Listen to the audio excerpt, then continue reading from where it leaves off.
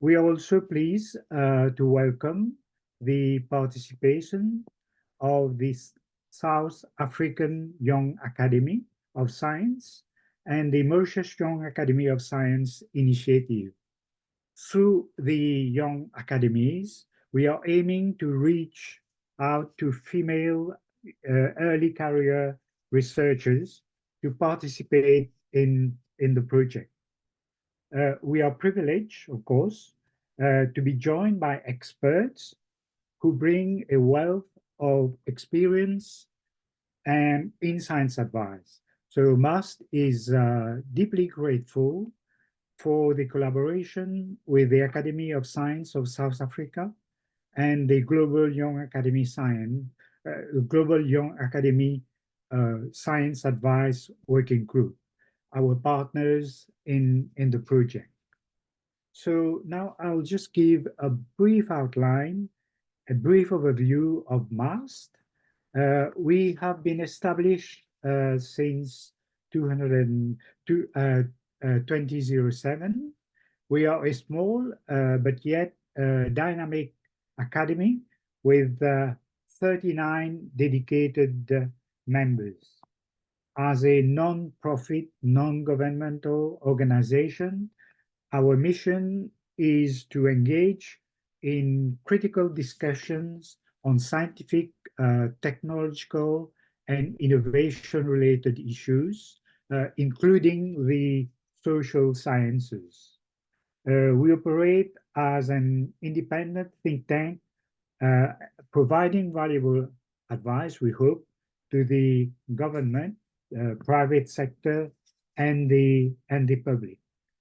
Our overarching vision is to foster a society that harmonizes with nature through the appropriate application of science and technology. So there you are. Thank you very much.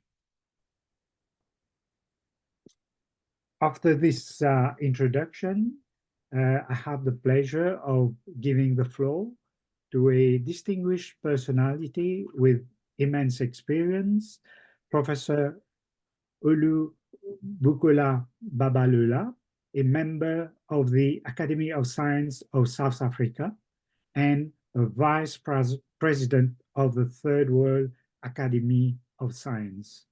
So the floor is yours, Professor Babalula. So much for that introduction. Dear stakeholders, I bring you greetings from the Secretariat of SWAZ Region Africa and OWSD Africa. It is my distinct pleasure to welcome you all. The Mauritius Academy of Science and Technology MAST has the foresight to see that for its expertise to remain relevant, there is a need for shared ownership of agricultural problems and their solutions. And the MAST is set to accelerate its scientific concepts by providing training opportunities for policymakers that will ensure that policies are grounded in sound scientific evidence. Offering scientific advice on food security to policymakers is a pillar in the strategic co-development of sustainable solutions. And that is very crucial to effectively addressing SDG 2, Zero Hunger.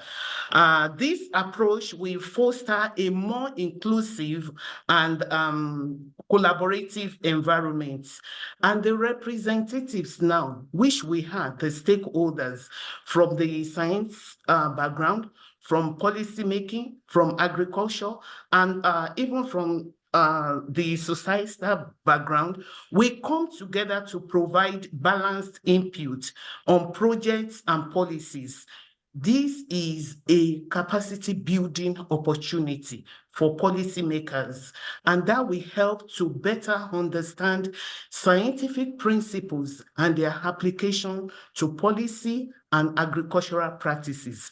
I want to applaud the initiative of the Academy of Science of South Africa, ASSAf, and the Global Young Academy Science Advice Group GYA in the willingness to guide policy development and ensure that sustainability is at the forefront of all food security policy consideration.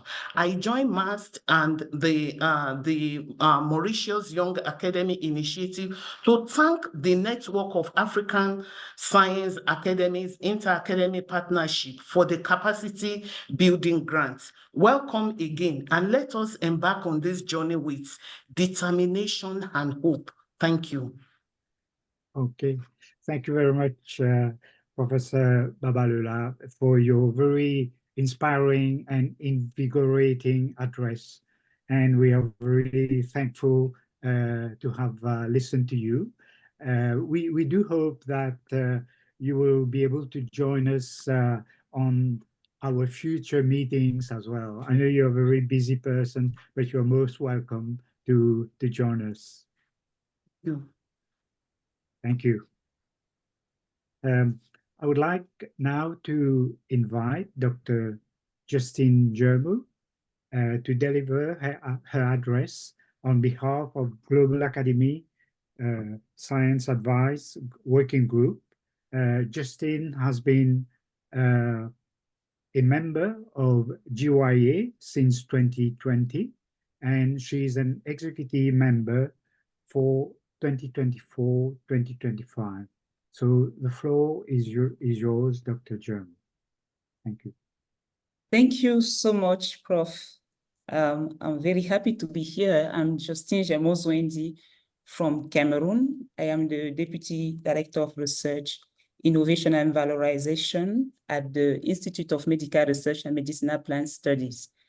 So I'm also the president of the Cameroon Academy of Young Scientists, and I'm here under the umbrella of the Global Young Academy.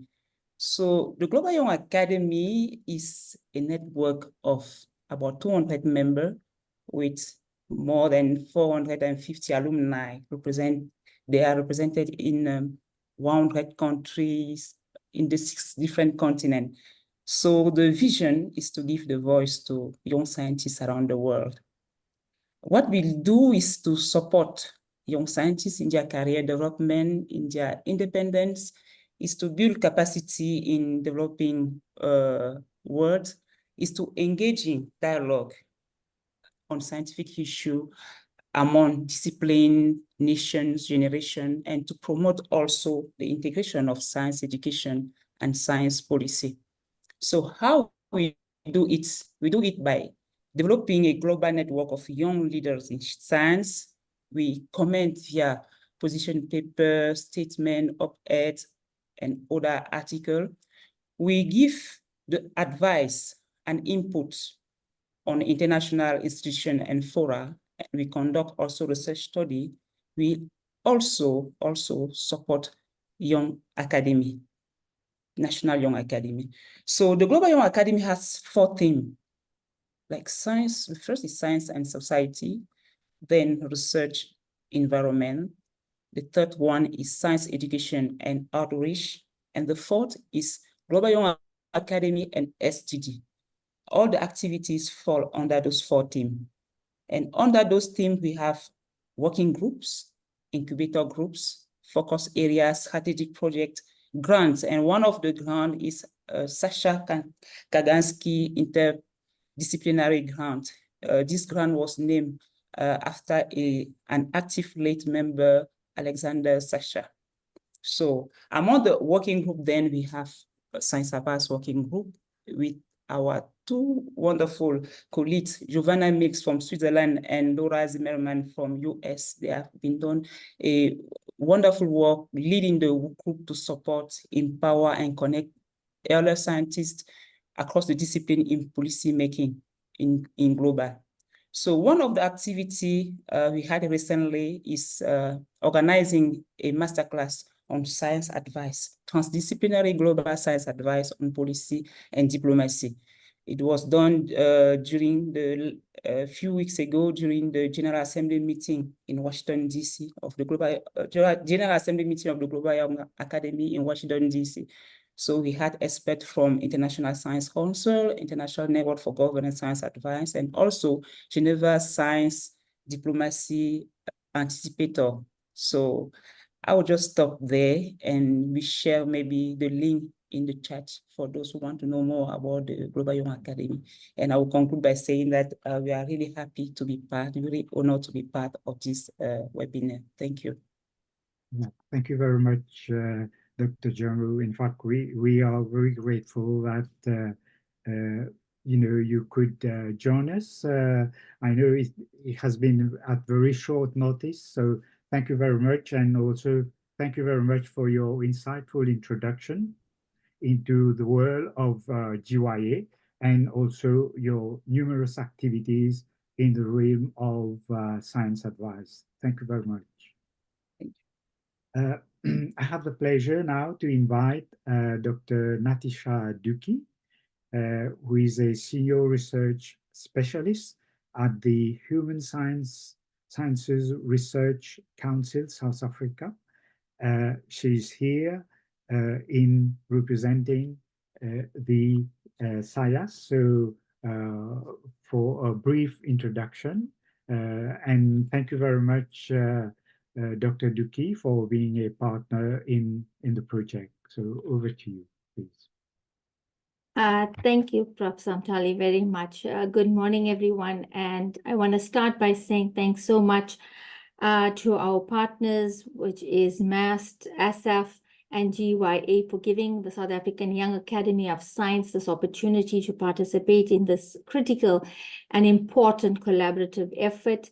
We are really pleased to be part of this. I'm not going to go into great detail because I think my colleagues have said everything that needs to be said, but to say that SAYAS serves as a voice for young scientists in South Africa, and that together with other scientists, we aim to be that powerful voice of scientific excellence as we tackle challenges in the world. And I think this project is crucial in the sense that MAST has come together with these partners, and SAYAS being a part of it, as well as the Global Young Academy as well, and ASSAf as a senior partner in part of achieving the SDGs.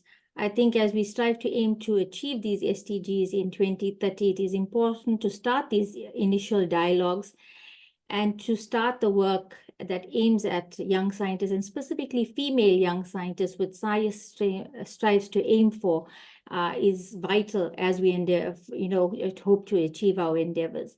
So I want to thank the partners for this opportunity. We are here to support you and participate as actively as we can.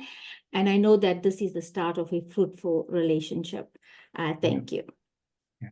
Thank you very much, Dr. Duki. That's for your encouraging words, and also for this partnership, which I think is going to go beyond the lifetime of this project. Thank you very much. The last partner in this NASAC IEP capacity building project is the Mauritius Young Academy Initiative. Unfortunately, members of the Mauritius Young Academy Initiative are not available today. So I shall read a short text on their behalf. But certainly they have assured us that they would join us, during the course of the implementation of the project, and they would play as SAYAS an active role. So the initiative in Mauritius was started in 2015 by Dr. Vidushi Nirgin, who is herself a Global Young Academy member. The initiating academy has been involved in several important activities. For instance, the second Africa Young Academies Regional Conference, entitled Empowering the Next Generation of Scientists in Africa. This conference took place in Mauritius in 2016. It brought together representatives from all existing national young academies in Africa, as well as national young academies initiatives and young scientists from other countries in the NASAC network, together with the NASAC member academies. In addition, a workshop on policy direction, eradication of hunger, and achievement of food security was co-organized by SAYAS and Tanzania Young Academy of Science and Mauritius Young Academy of Science Initiative in April 2018. The initiative also organized a project on addressing COVID-19 challenges in the SADC region, again in partnership with SAYAS in 2020. So with those words, we have ended this first part, which is our introductory part, and we've reached the part where we're going to hear our resource person, and we have, of course, Dr. Justin Germo is going to come back to give us some, her insight into this part of setting the scene. So I have possibly here the opportunity to give a little bit more detail about Dr. Justine Germo, a bit of her background.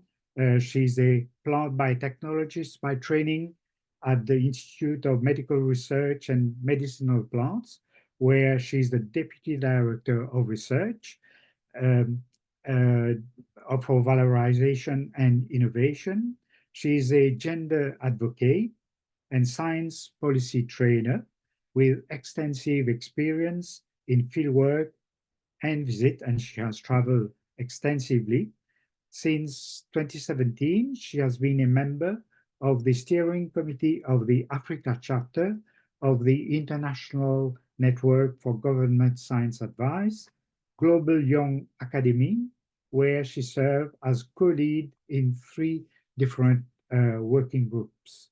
So with those words, I invite again Dr. Germo in making her presentation. Thank you, Dr. Germo. Thank you so much, Prof. Can I share my screen? I think yes, please proceed. Sharing. Okay. Thank you, Glenn.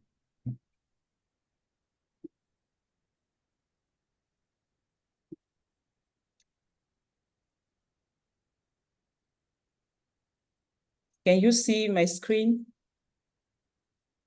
Yes, we can see. Yes. Okay. Yes. Thank you again. I am happy to be here, and I will not bring something new, because I know one of the mandate of the academy is to bring advice to the government or to policymaker. I'll just give it with the perspective of the working group science advice of the Global Young Academy. So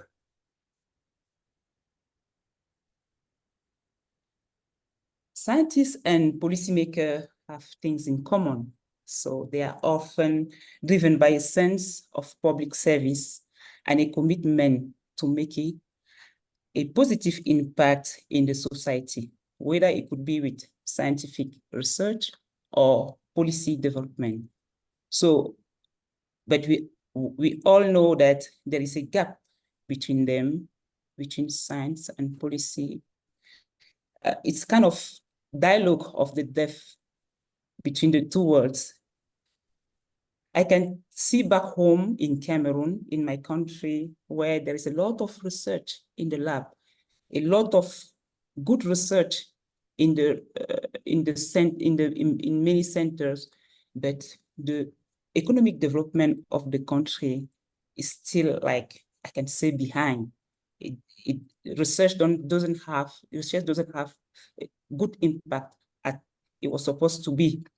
Some people have a joke by saying that, what are you searching? Do you ever find something? And it's sometimes embarrassing when we know a lot of hours that people are passing in the lab to be able to come out with research results. But the public or the policymaker can find the same excitement as us. That's where we need to talk about science advice. That's where science advice come in, because it will be able to bridge the gap between the two worlds, between scientists and policymaker. So what means science advice? I found a definition on ChatGPT. It is science advice encompasses the process of providing policymakers with evidence-based insight, expertise, and analysis drawn from scientific research to inform decision-making across various sectors. So I found it a little complete. We talk about science advice, it means also science for policy, and providing those evidence can be done through many ways: sharing experience, capacity building, scientific opinion, statement, reports, and other approaches that will help to inform decision-making at different levels. So the role of science advice is then to help link the expectations of scientists and the policymakers, and play a role, kind of, they call it a trust maker, or a kind of referee between them, to be able to take into account divergent perspectives, or diverse expectation. So having all those expertise and try to have a wise judgment to produce an effective, objective, high quality advice by an expert or a committee, it's more of an art than a science. Prof. Salem said it before. So when we talk about science advice, especially science advice expert, he has a duty. His duty is to bringing down the complexity of data, the statistic, the page of reports. You know how scientists use jargon, how they put a big, like many pages of reports when they have to give, when they have to talk about a specific study they did. So the science advice has this task to bring down this complexity in a way that will help the policymaker. So this image were used by Dr. Vladimir Susha for his keynote speech during INSA 2018. He was saying that science advice expert is the one who has to make sense of knowledge. He has to digest the information, the multiple of available data, to make it comprehensive to decision maker. Now, what is the mechanism behind science advice? We can see here policy cycle. The policy cycle have agenda setting, policy formulation, decision making, implementation, but there are two critical indicators of a well-functioning ecosystem. So the capacity to connect evidence with policy, it can be used through formal or informal mechanism, and the process to make it effective. The other one is the capacity to make research and evidence accessible to policymakers. And we have a lot of partners, a lot of stakeholders, funding organizations, scientists, academies, university, the structure, and all that. We need a well-coordinated effort to be able to have good impact and quality of evidence in policy making. So how those mechanisms operate? We have different practice. Hopkins present 3 types of practice: linear practice, practices where we have kind of shared information between scientists and policymakers. They communicate. The policymaker can act for a specific request, and the scientists respond to that request. We call that linear practices. The other one is relational practices, is to build a partnership among scientists and policymakers. So each part will try to build certain skill to be able to strengthen the partnership. And the third one, the system practice, focus on establish and embed infrastructure. Here we can see a kind of establishment of attractive engagement. It's kind of system that is built among them. We can also have another approach showing the model of relationship between scientists and policymaker.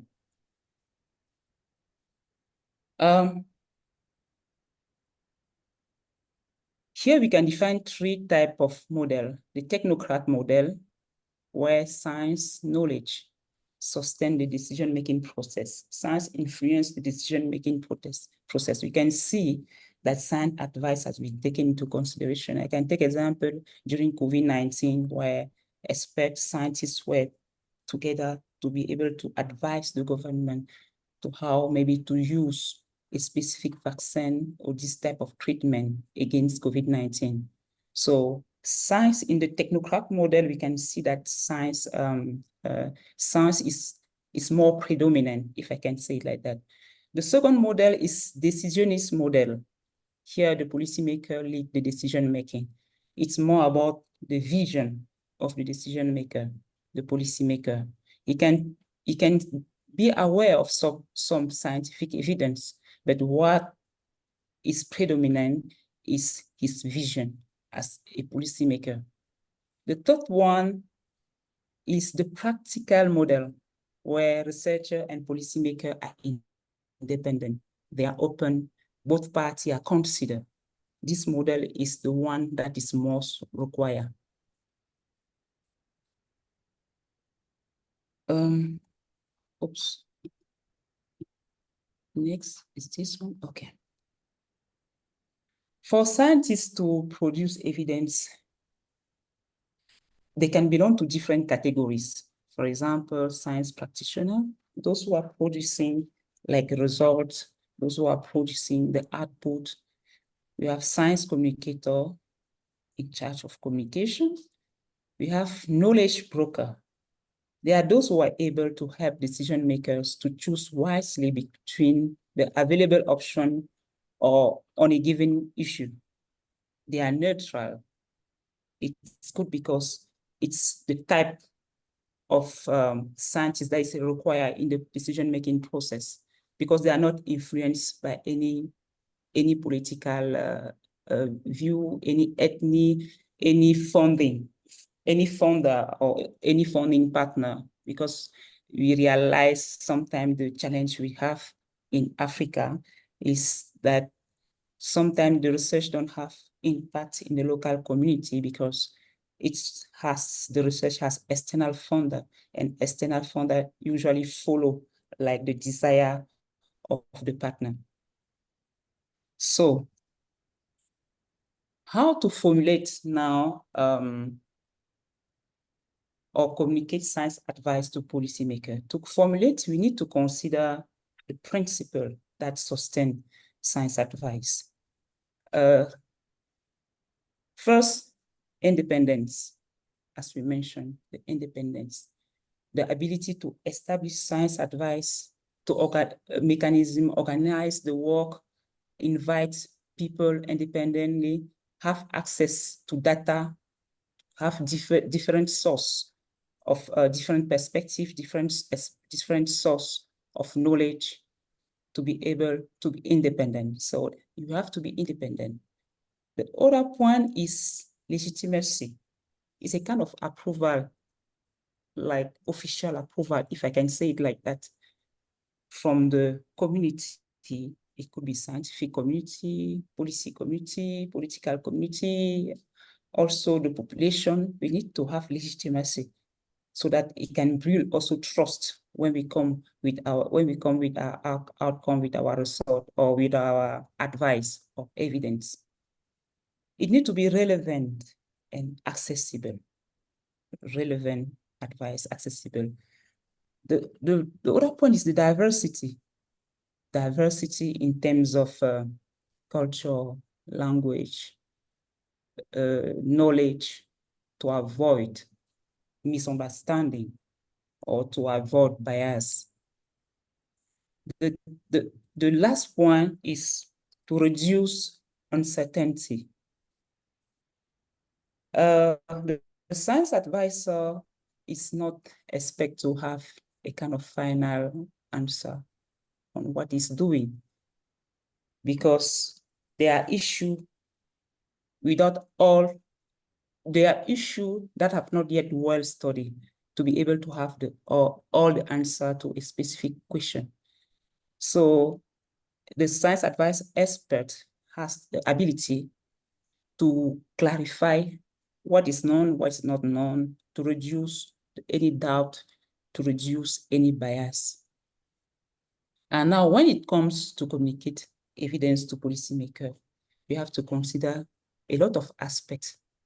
We need to select the information to share with sometimes they may not need to have all the information we have from our research. We need to select the information. We need to find the appropriate time. Their time is not ours. And also, sometime in the lab, we spend 1, 2, 3, 4, 5 years to be able to come out with something. But policymakers don't have also time to wait until the research process is done.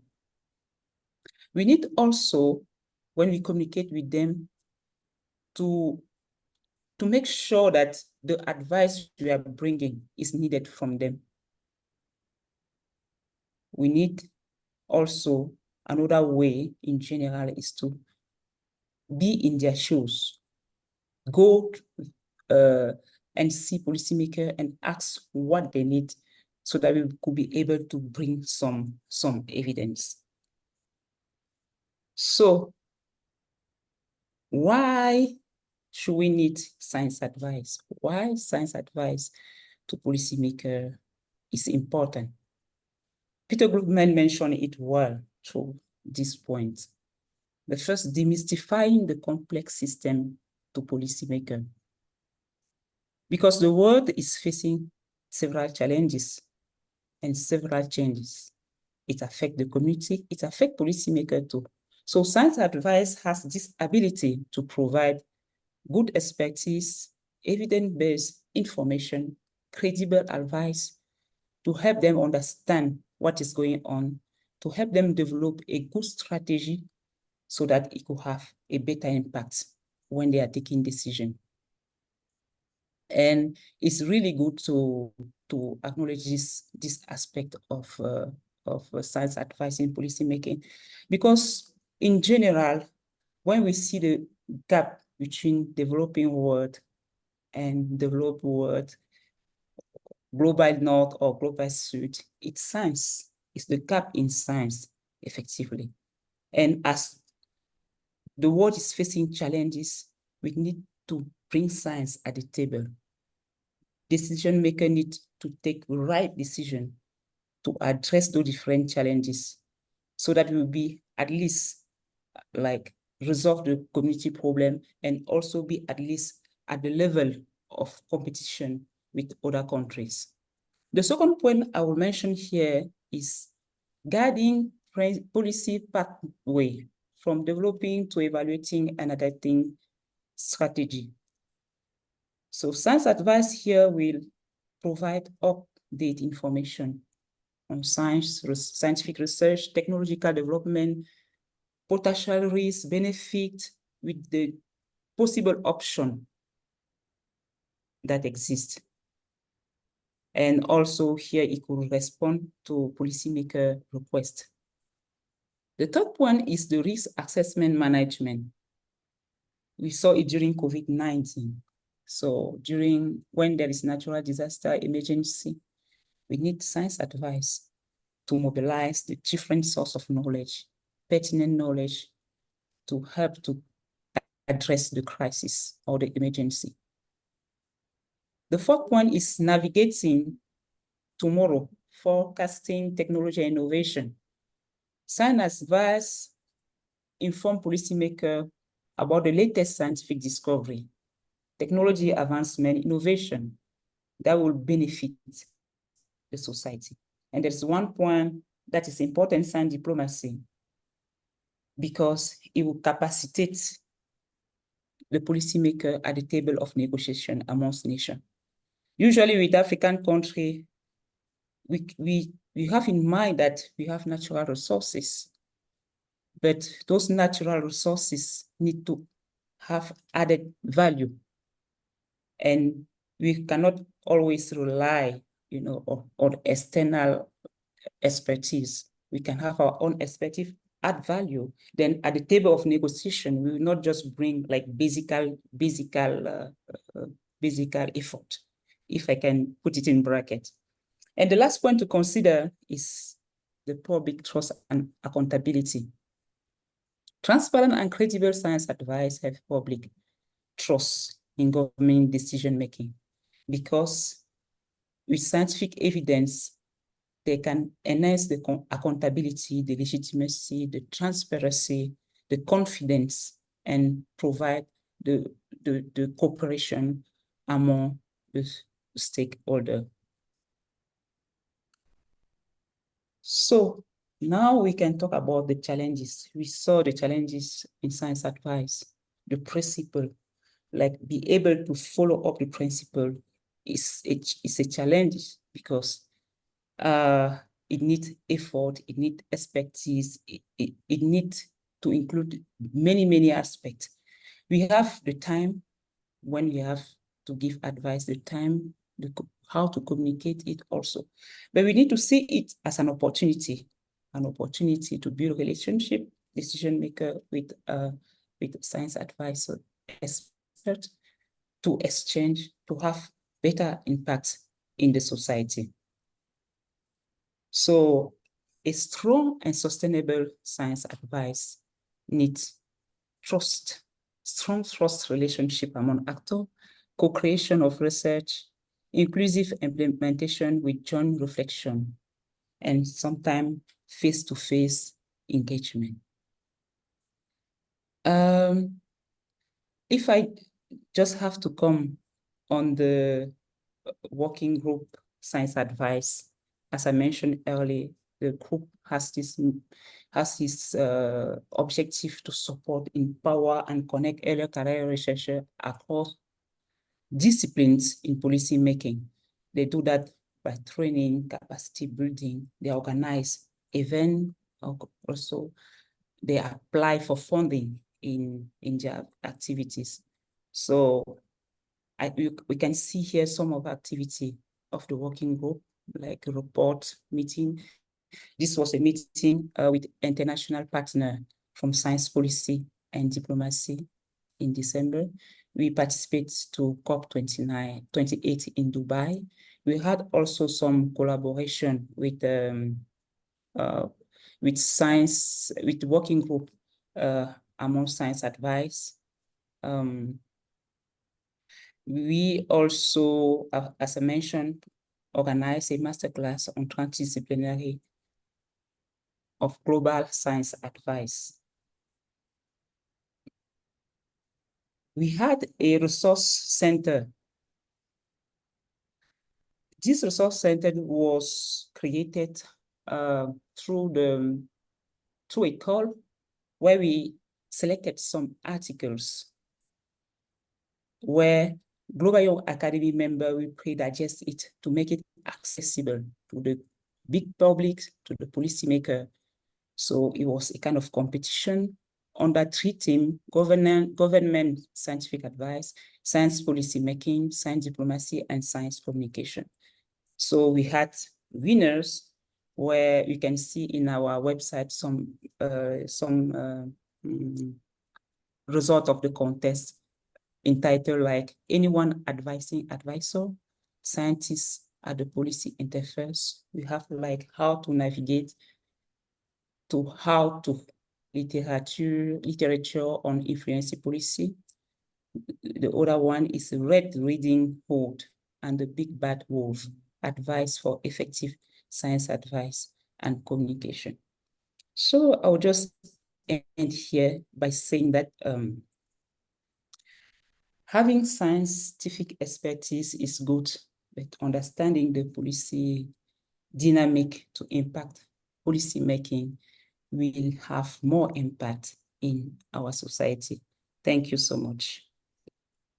Thank you very much, Dr. Joe. I think it's been a very, you've broken down the elements making up science advice into those nuts and bolts, and we have a better grasp, I think, of what it is really. Thank you very much for that very interesting presentation. And also, it's interesting to know about this resource center, which is there and which is accessible. So that would be very useful. We have a few minutes for questions, and I would like to ask the participants if you have any questions. Please go ahead and ask your question to Dr. Gerbo. Otherwise, you can also put your questions in the chat. So, any questions for Dr. Gerbo?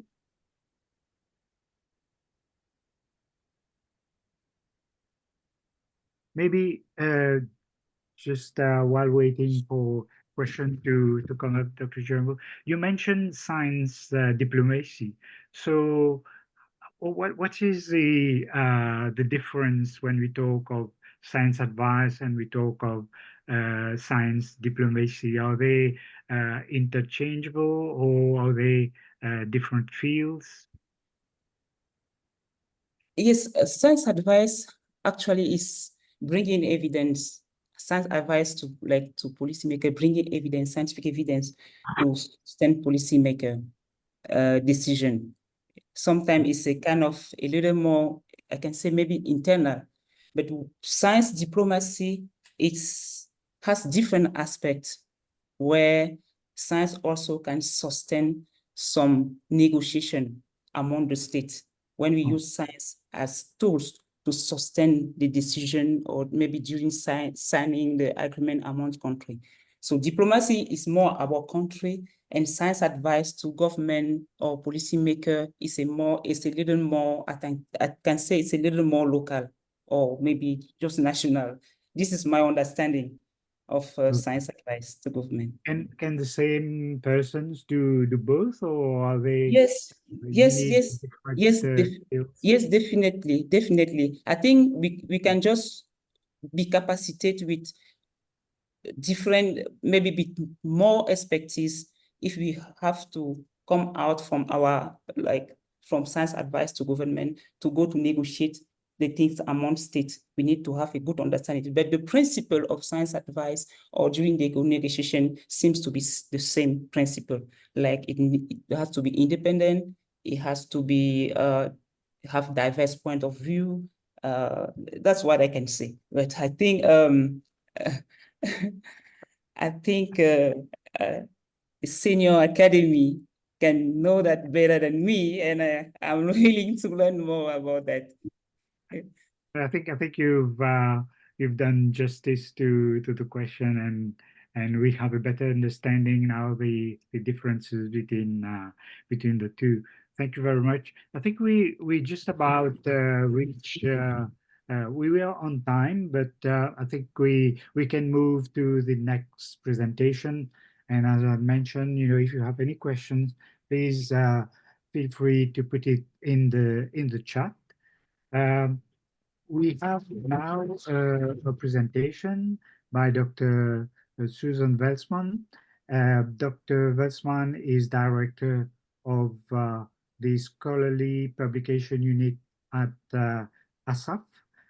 She's responsible for driving the open science agenda to raise visibility, discoverability, accessibility of South African scholarly journal, and to improve the quality of research output, and support the development of policy framework in order to facilitate the optimal use and access to publicly funded research.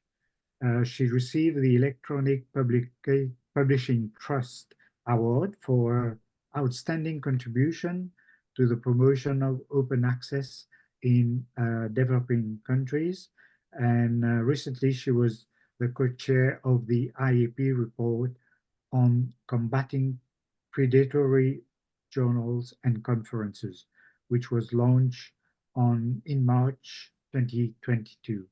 So with that introduction, I have a pleasure to invite Dr. Versman to present, to give her presentation. Thank you. Thank you very much, Professor Samtali. Very nice to see you this morning for us, and I suppose this afternoon for you. Then also a very good morning to other board members or council members of MAST, and of course all the participants on the group. So as you've heard, I'm Susan Peltzman. I'm the Director of the Scholarly Publishing Program. We mainly look at scholarly output in South Africa and everything that goes with that. I just want to check Professor Samtali. I assume it's Dr. Asha Samtali that had her hand raised, and I'm just wondering whether she wants to still continue or do she wants to wait until I've done with my presentation. No. It can wait, Susan, it can wait. I've just put it in the question and answer, and I've already written the question. Thank you. Okay, sure. Right, I will then proceed. I just want to check whether my slides are visible and whether I'm seeable and whether I'm audible before I actually proceed then with my presentation.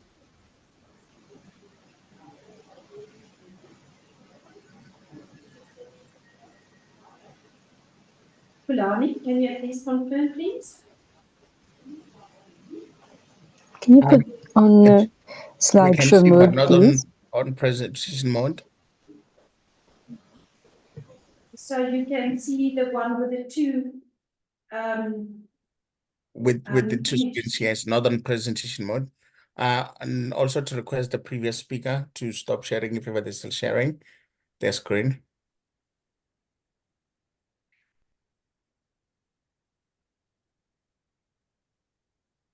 Sorry, do you have it?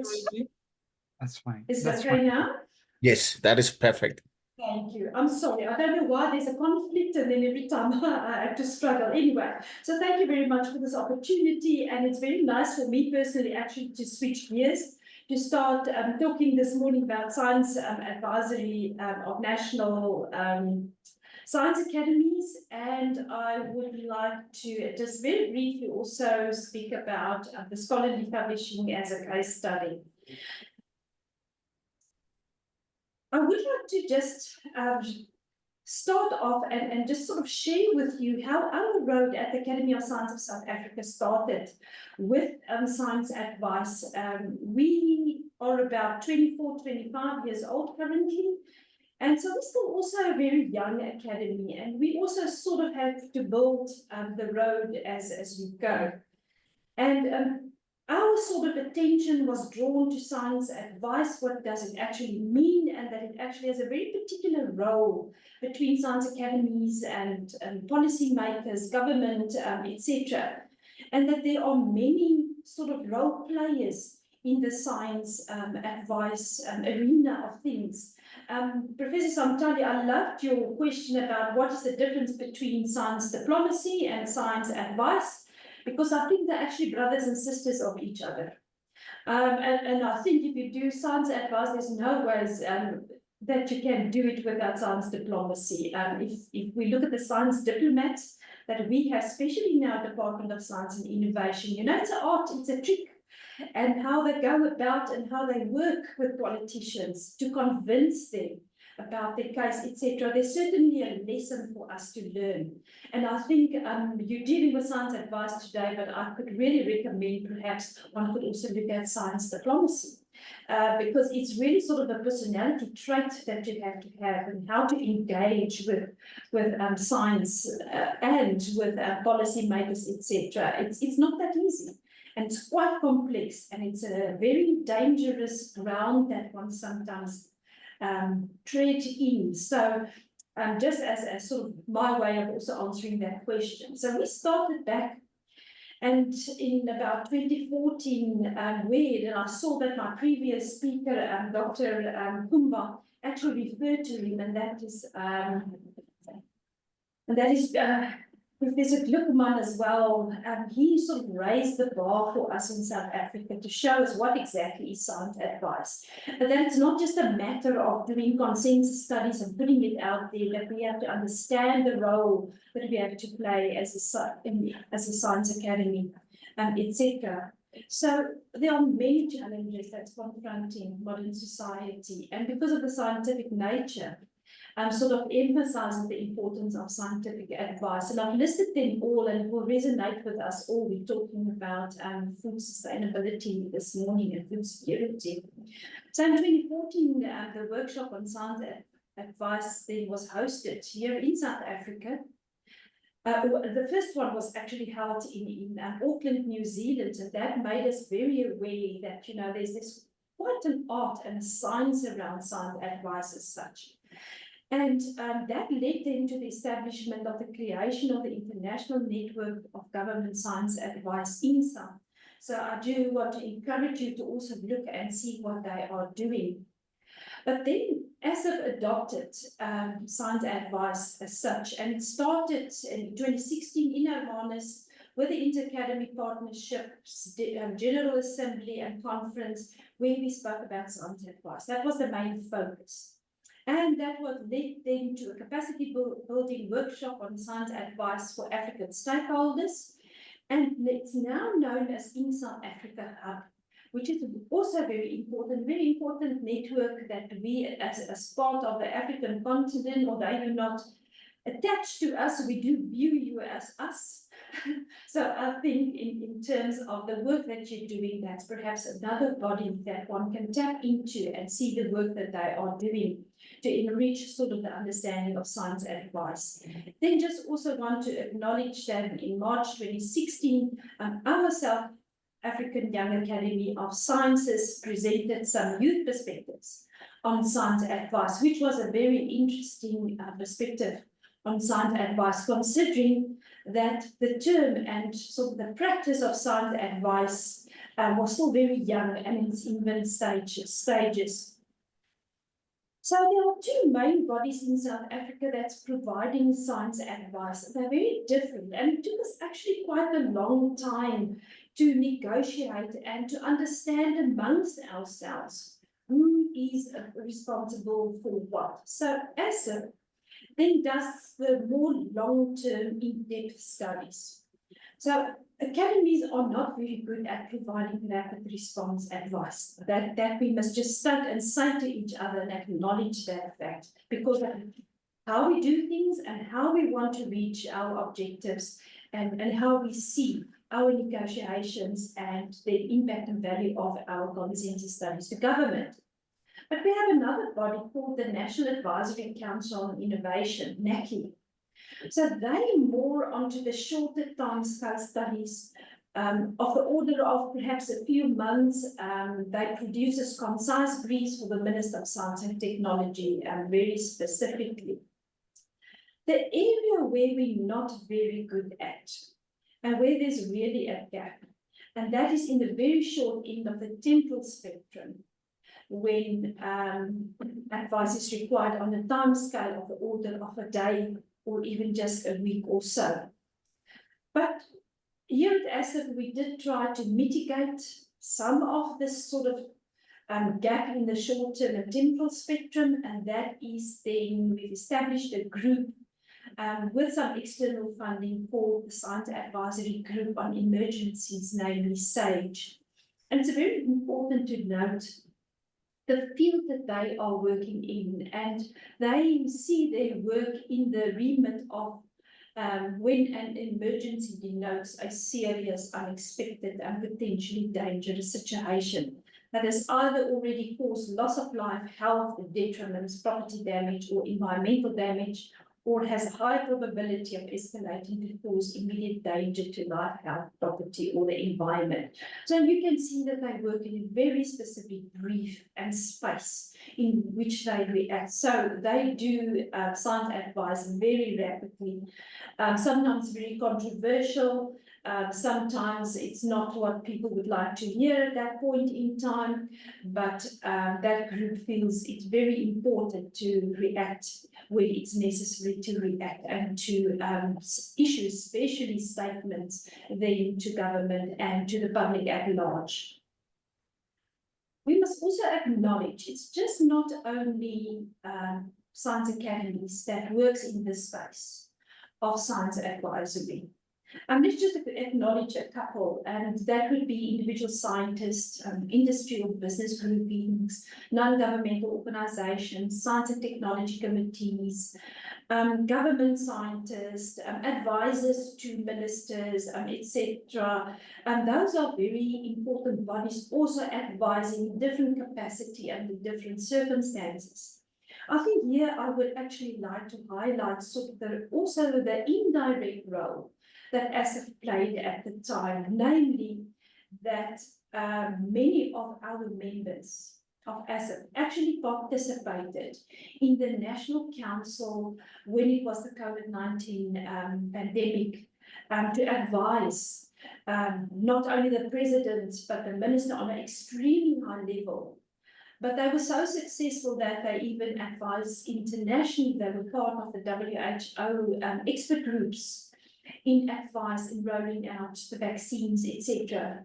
So when we define our role as a science advice, we must see it on multi-layered levels and the role that we play there. I think that is very important to understand the impact that science advice can have. Now, for some reason, I'm stuck. Let me just see. There you go.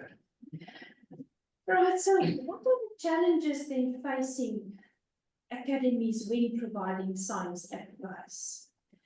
I think there are three challenges that I would like to highlight. One is one of relevance, of timeliness, and receptivity.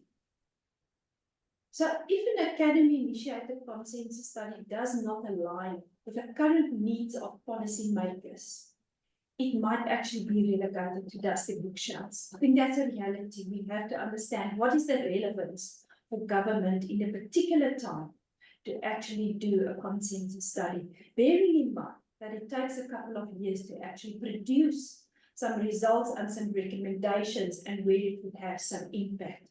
Very important in deciding which consensus studies will be done.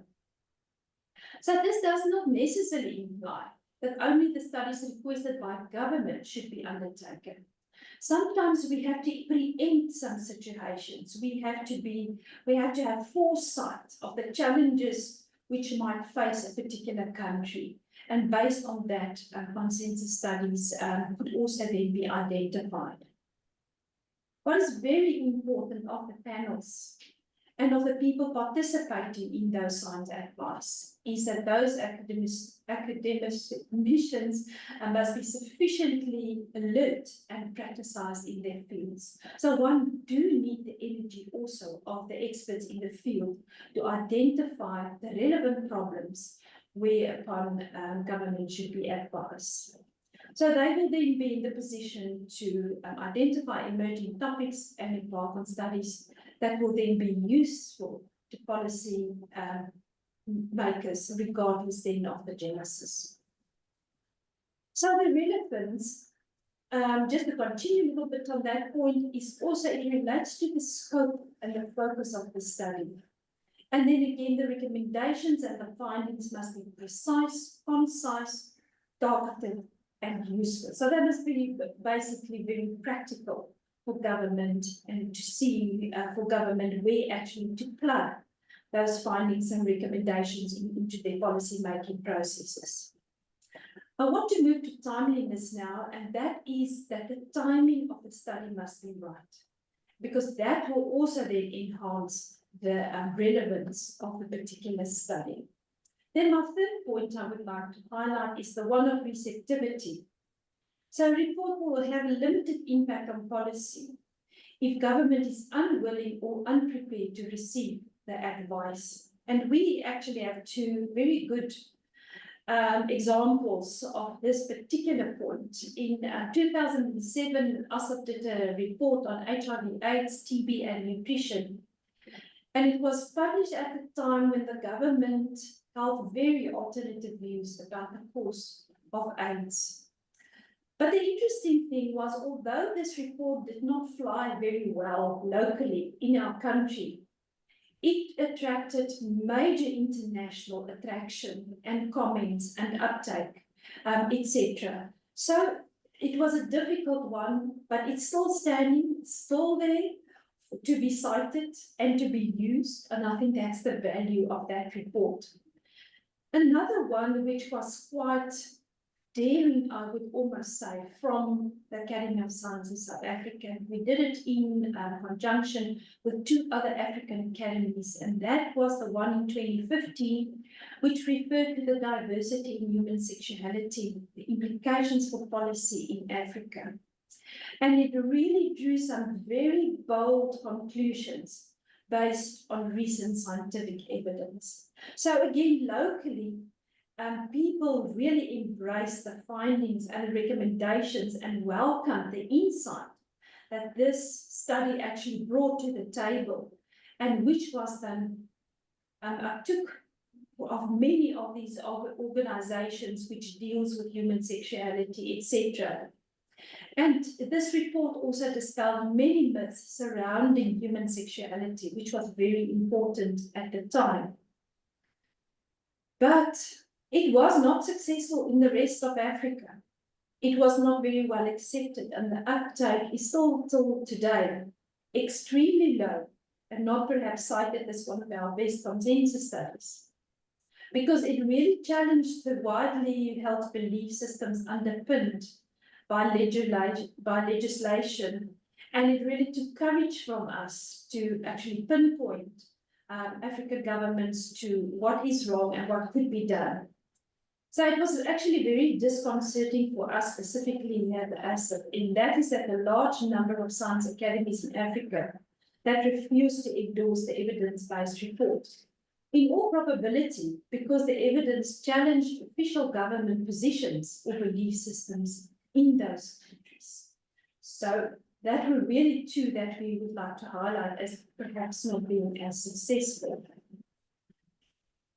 But then one of our reports, which has been extremely successful and had huge impact and value in our national system of innovation, and have brought huge policy changes into scholarly publishing in South Africa, is specifically three reports. It's the one of 2006 and 2018, which reported on research publishing in South Africa. And then in 2009, that reported on scholarly books, what is their value and what do they bring to the table in terms of research output in South Africa.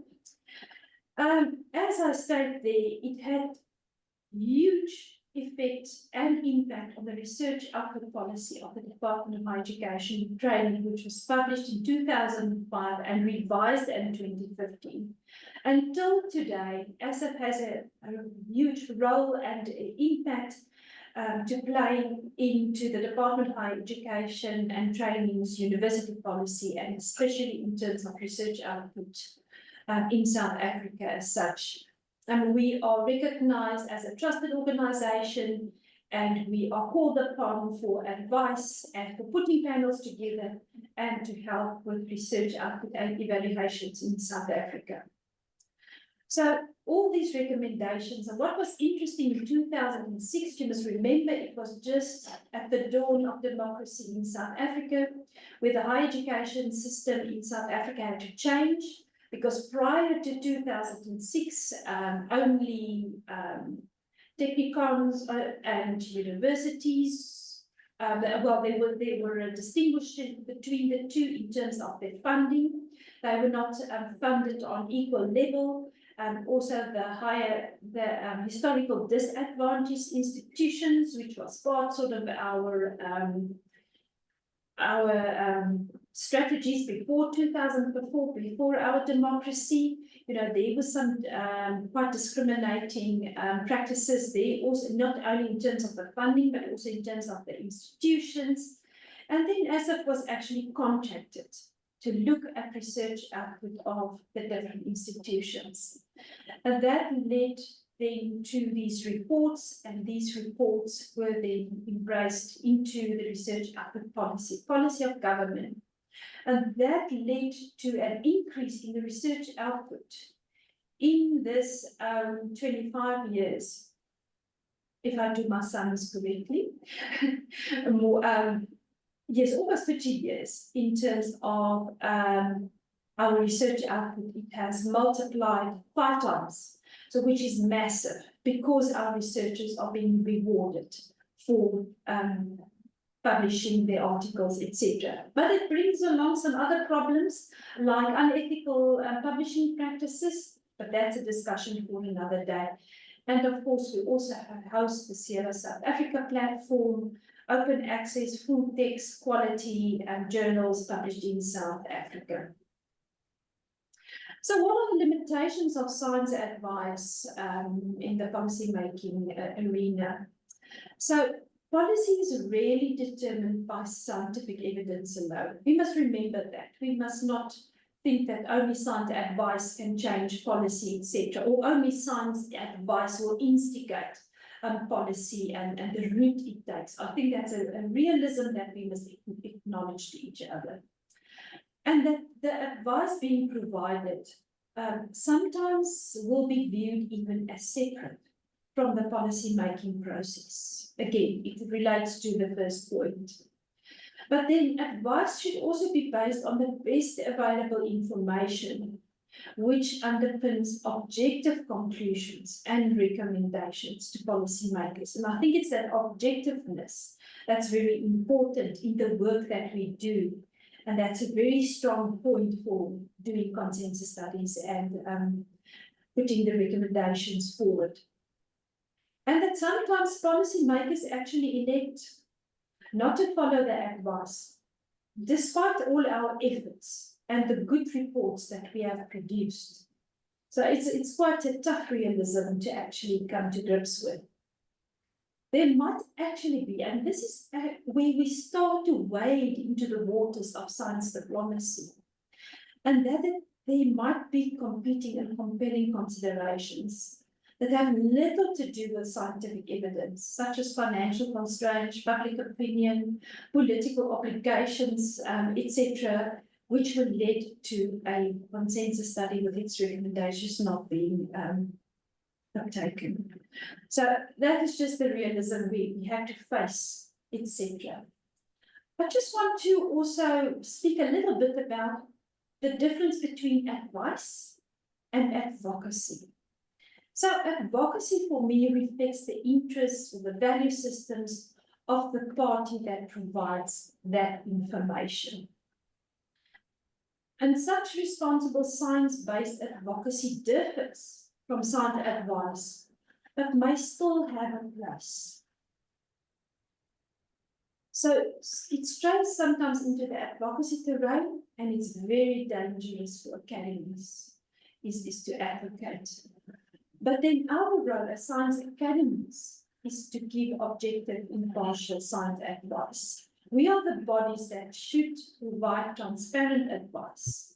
And we should also be transparent about our biases and how it might actually influence the conclusions we have reached. So non-governmental organizations typically will fall in this category line. Yeah. At the heart of academy advice is the reputation for honest, objective, and unbiased advice. And if we do any damage to these attributes, it would place our advisory function at risk and render our advice as questionable. Just some tips there. If I can just say a few words around the confidentiality of science advice. So sometimes there is a need for confidential science advice, but that is not a role that should be fulfilled by academies. Academies' advice is value for the fact that it's transparent and that we do not hide behind all sorts of things. Also, we must publish our reports in the public domain. It's public monies, must go into the public space, open, accessible, open and transparent. So there might be other bodies that is suited for this type of science advice. And then the distinguish between those bodies and academies in respect of their science advisory roles should remain. So we should really distinguish ourselves then. But the responsibility we also have as academy is that we must strengthen the notion of a science advisory ecosystem. We must view science advice in this ecosystem as I started off when I explained. And we must also be very distinct about the synergistic role for all these ecosystem components. I hope that has been helpful. And I do thank you for the opportunity to talk about science advice within the Academy of Science of South Africa. Thank you, Prof. Thank you very much, Dr. Basman.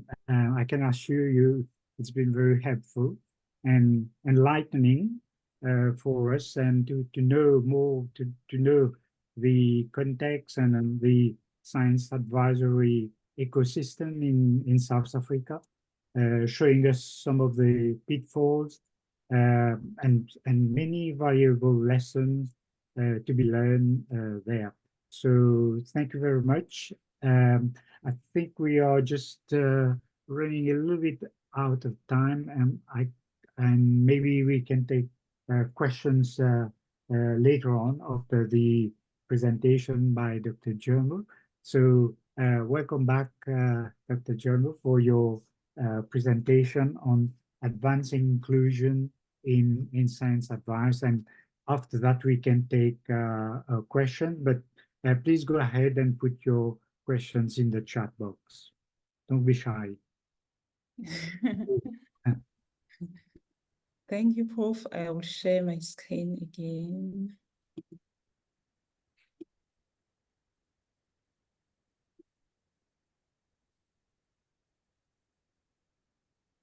Can you see my screen? Yes, you can. Thank you. Okay. Thank you. Again, I will talk about advancing inclusion in science advice. So imagine a world where different voices are heard, different perspectives are valued in decision-making process. We will just see science bringing its transformative power to address positively and effectively the challenge the world is facing today and meet the need of the community. So when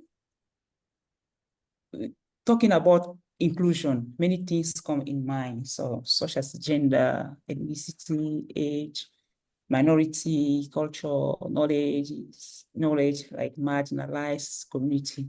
So what matters is not knowing that each entity is important and can give a different perspective, but what is important is that they can be included, especially when we are talking of science advice, that along the process, from having the result till to giving the advice to policymaker, that we have them include, all the entity include in the process.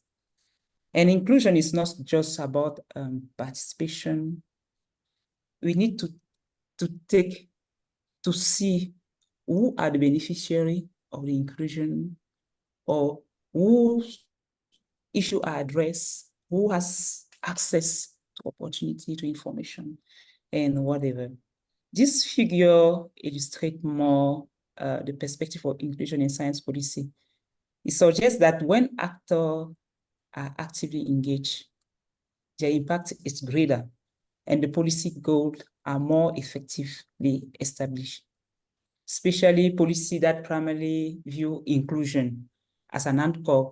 It tends to treat individual being included as a passive recipient.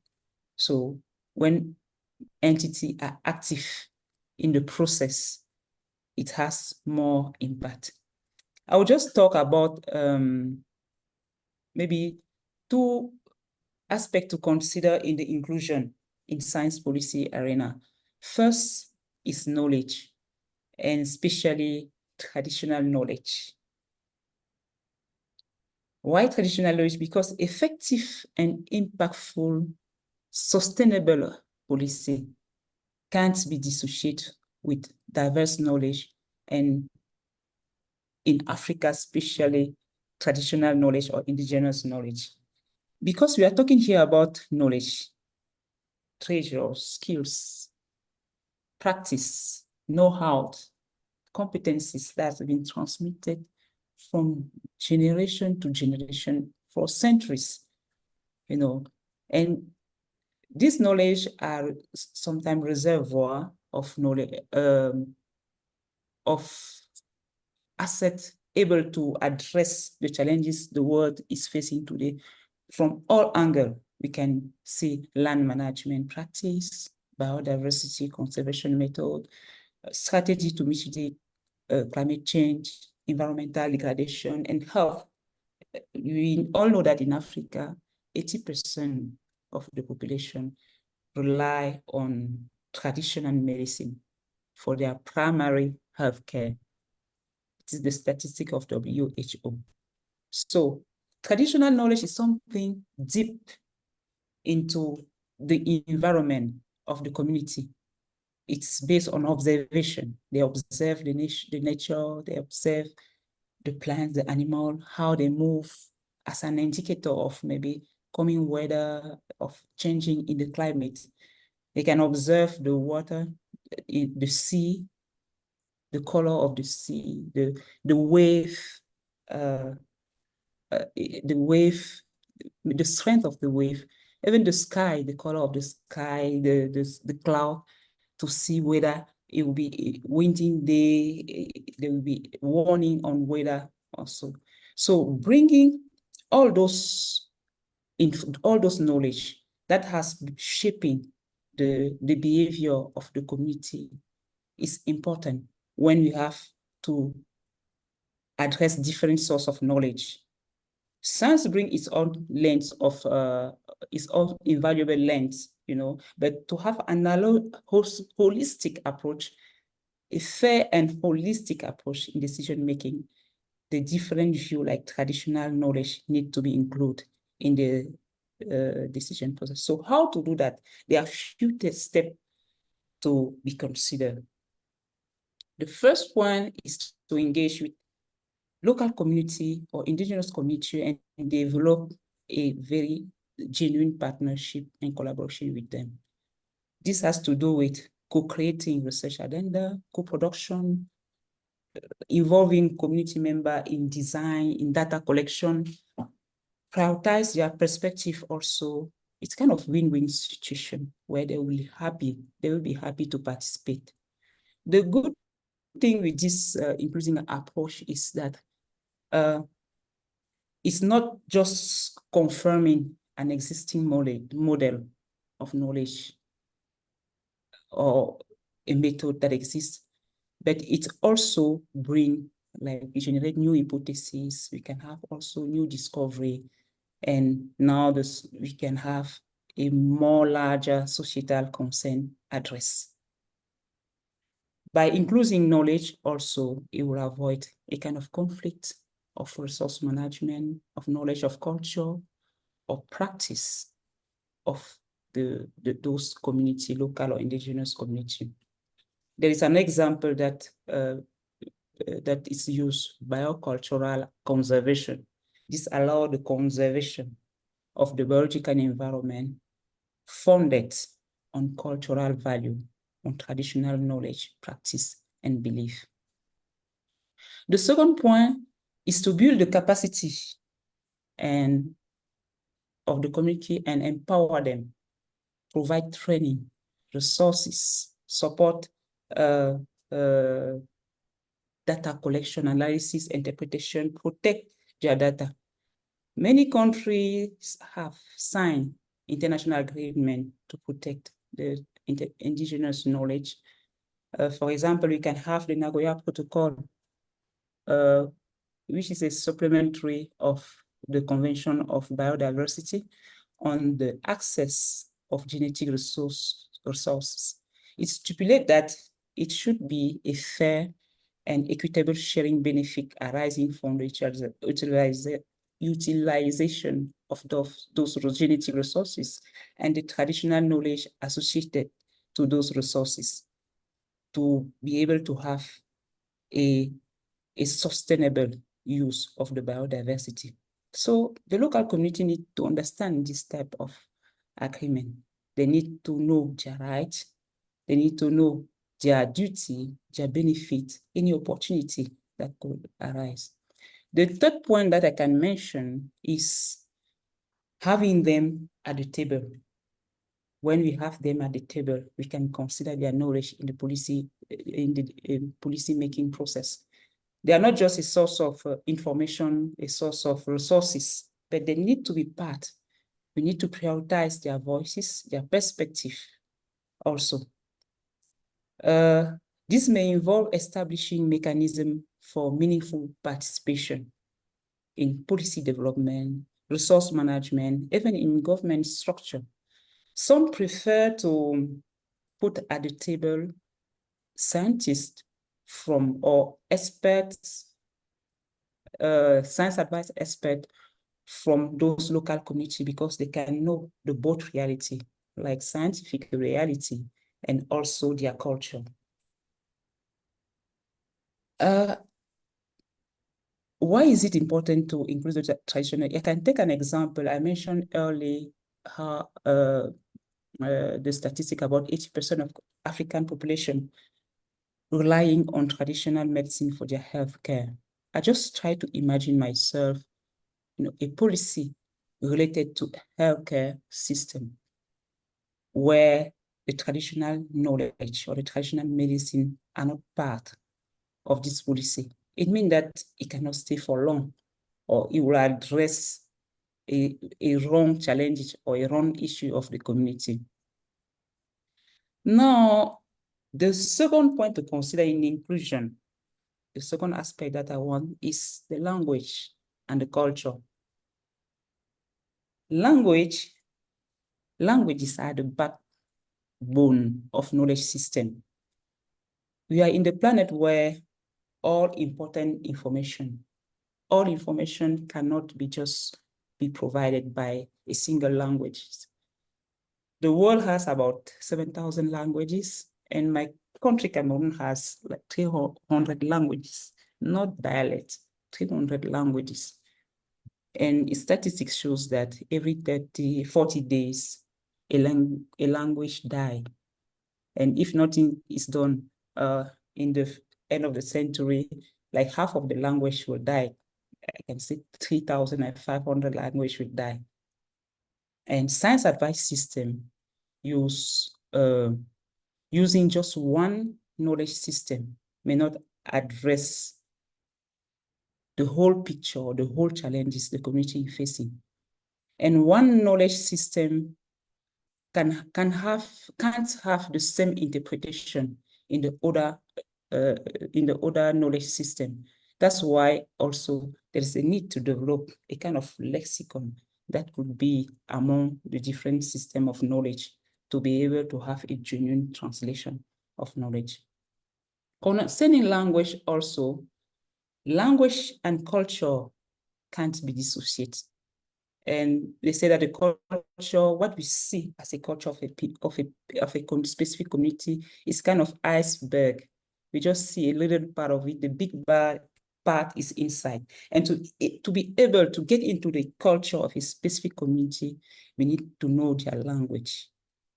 And we need to know that, and the language has to do also, the language, what they communicate in their culture is a set of knowledge that can't be get rid of when we have to take decision. There's a project of Rokia Balo. She's the chair of INSA Europe. She worked on influence of culture and languages on science advice in Europe. So the aim of the project was to investigate the impact of language, culture, and context on the dissemination and utilization of science advice in Europe, and to examine the potential implication for future practice and research. It shows that cultural and linguistic factor may lead to source of knowledge being ignored when advice is being prepared, or advice being less effective in informing decision, and that could be less effective in decision than it could be. So she presented 2 cases where the language was shown is important in a practical way, like practical application of language, like when language is deployed in science advice in terms of inclusion, exclusion of language, how it's translated, and also language as an indicator of different cultural challenges. Here that we can talk about some dominance of language, some underrepresentation of language. I will just conclude by this part by just mentioning few points to consider during inclusion. That a policy cannot be global if you have to, we cannot use a global policy to address a specific issue in community. So we need to take into account their challenges, their culture. We need to engage the community. We need to develop a cross-cultural dialogue to address the power imbalance, respect their right to have an effective policy making. I will share my experience in science advice with INSA.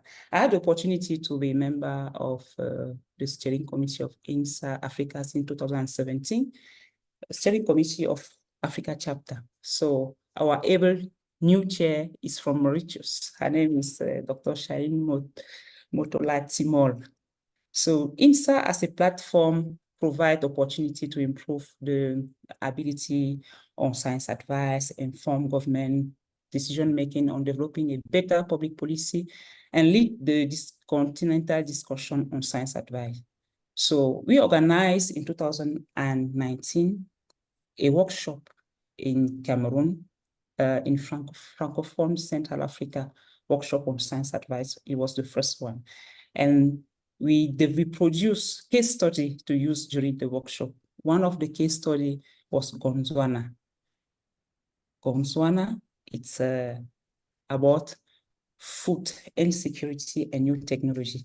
I talk about this because the workshop is about food insecurity, and food insecurity is a great challenge the world is facing today, and Africa particularly. So where the statistics show that 50% of the African population are suffering for acute food insecurity. So maybe when we say 50%, we can just see it like a small, maybe a small number. We don't have an exact figure of what it is. It means that 750 million of people in Africa are suffering from acute food insecurity. We really need to address that urgently. That's why I really appreciate this initiative from MAST and its partner.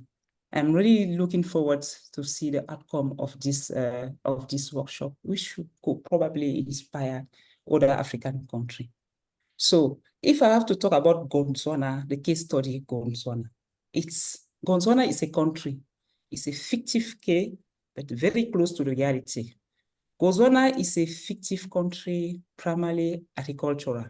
The country is poor and rely on small income for production as well and tourism. Agricultural practices are mainly traditional and for subsistence, and farmers are not always able to keep grain reserve from one year to the next year. And a decade ago, Gondwana adopted a policy regulating the use and marketing of genetic modified organisms by encouraging the use of modified seeds to stimulate the yield. They do not understand why they must source their seeds from foreign business years after years, and fear that they will not be able to purchase them due to the political crisis and economic crisis. On the other side, there are several foreign entities that acquire a large space there to do intensive agriculture, and local communities see it like a threat in their traditional way of life and employment prospect, and share that they will not be able to support their family. Because Gondwana doesn't possess the necessary infrastructure, foreign national dominate the seed, fertilizer, herbicide, pesticide market. So now there is four issues here. First, the researcher in Gondwana put in place a genetic modified insect that could be released in our environment to be able to disrupt the wild locusts that were eating like all the plants in the ground. Secondly, there is a founder organization which have to set in place a high-tech hub to produce this type of locust modified, genetically modified. And then you position the country and as leader and will be a source of income. The third point is like the FAO, the World Food Organization, locust informative say that there will be in 4 to 6 weeks an invasion of locusts. And then we have fourth, the Association of Farm Business. We're pressuring the state about the challenges the country will face. So what element then should the government, what element should the government science advisor consider in his report? I present this case just to show the complexity that science advisor face, a conflict of structure, conflict of perspective, conflict of benefit, to be able to have an independent advice to the government. Sometimes we mentioned that one of the challenges of science advice is the short time period to give an advice so that you will be able to see all the entities, study all aspects, be with all the different aspects in every domain possible to be able to bring a valuable advice.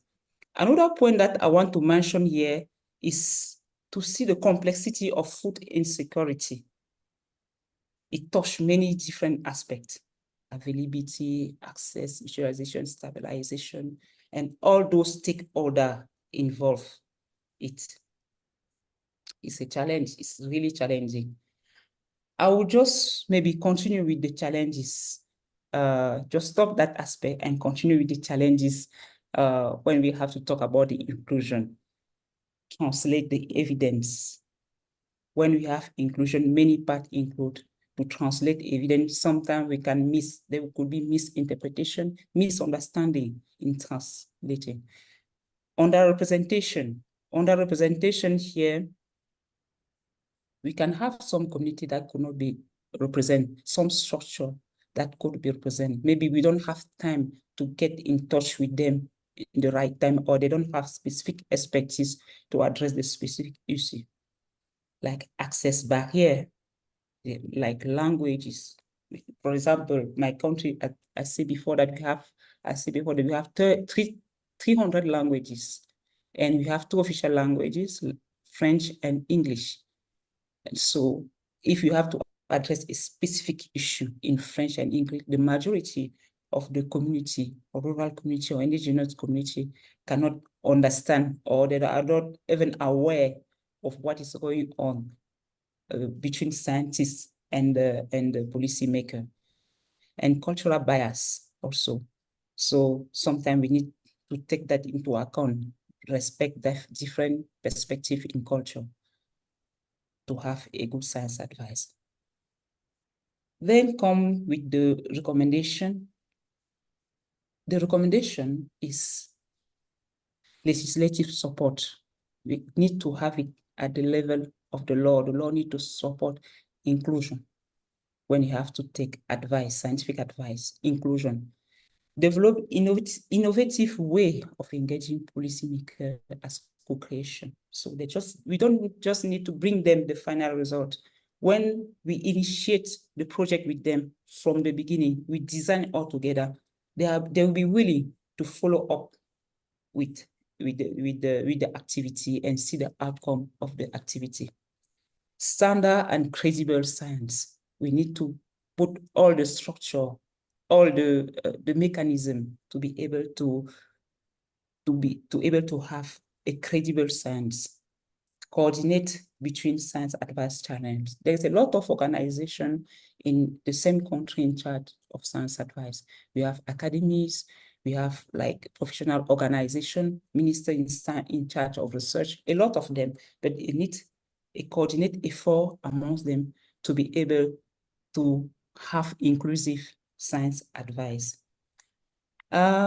Before I finish, I would like to share that in South Africa, as we mentioned, in South Africa, launched a science advice skills development program of the call of mentor and mentee in science advice that will end in July 15. The deadline is July 15. So the aim of the program is to build the capacity of early career and mid-career researchers in Africa continent, and to have to effectively practice science advice.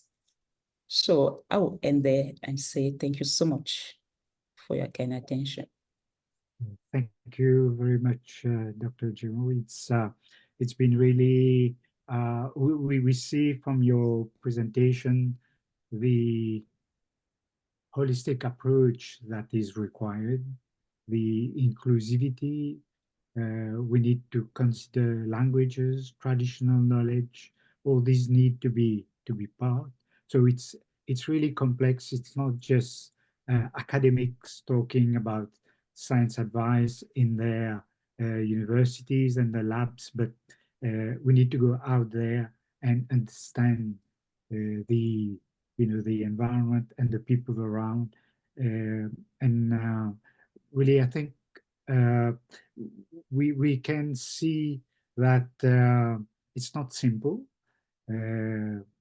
What we think is possibly much more academic, but it's go much further than that. And a policy cannot be global; it has to address a specific issue. And you touch on the aspect of Gondwana, the food security aspects of it. So I think that would be interesting also for our next meeting next month.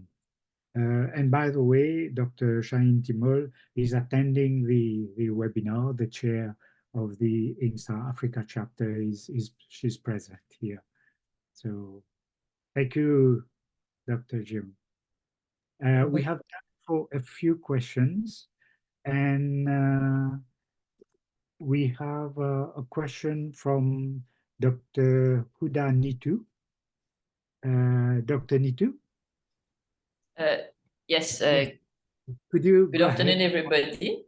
I have a question for Dr. Justine. Actually, it's in relation to your first presentation. You mentioned earlier that when formulating policies, it's a very independent exercise. But I was just wondering if we have the science practitioners or the experts who are based at an institution, which is, let's say, hypothetically, it's government funded. Is it okay? Are they independent enough to be providing advice to the government? Oh, thank you so much for the question. Yes, this question comes a lot during the discussion on science advice, like be independent of the funder. As science advice, there is the principle to follow. We need to give independent advice. If you don't give independent advice, maybe I can say the outcome of it would not be like kind of logic, will not be unbiased. Independent advice is not difficult, it's not easy, but we need just the science advice expert need to follow that principle to be independent, find different sources of knowledge, contact which aspect you want, have access to certain knowledge to be able to produce a good advice, effective advice of high quality. If not, it will not be of high quality, and the impact will not be that. Maybe it will just follow the government of the political maybe vision that may not have a big impact in the local community. Thank you. And Dr. Samtali, can I ask a second question as well?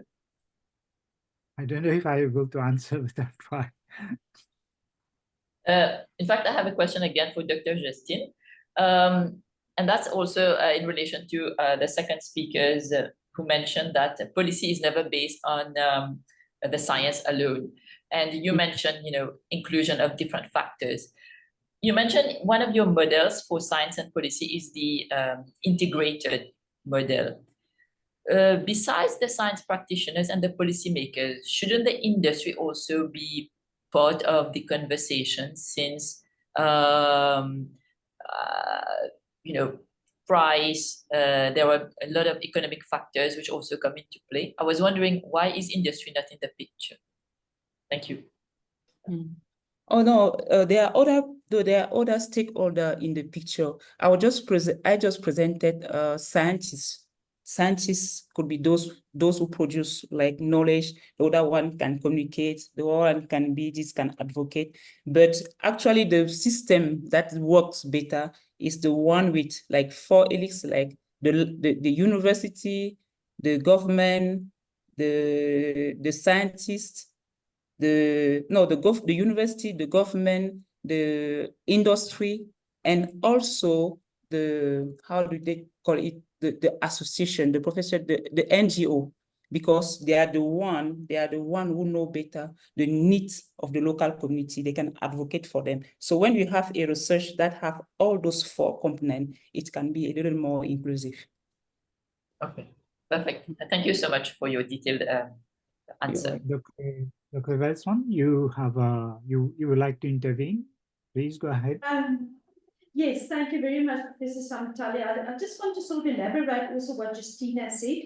We must remember, if we give sound advice to government, it's never from a person to a person. What science academies do is that they constitute panels, expert panels. And in these expert panels, they have various stakeholders represented there. For instance, we have just concluded a study on nuclear technology, safe ways how to use nuclear technology. And we had a huge contingent of panel members of the business sector, etc., into the energy sector that contributed to that particular consensus study.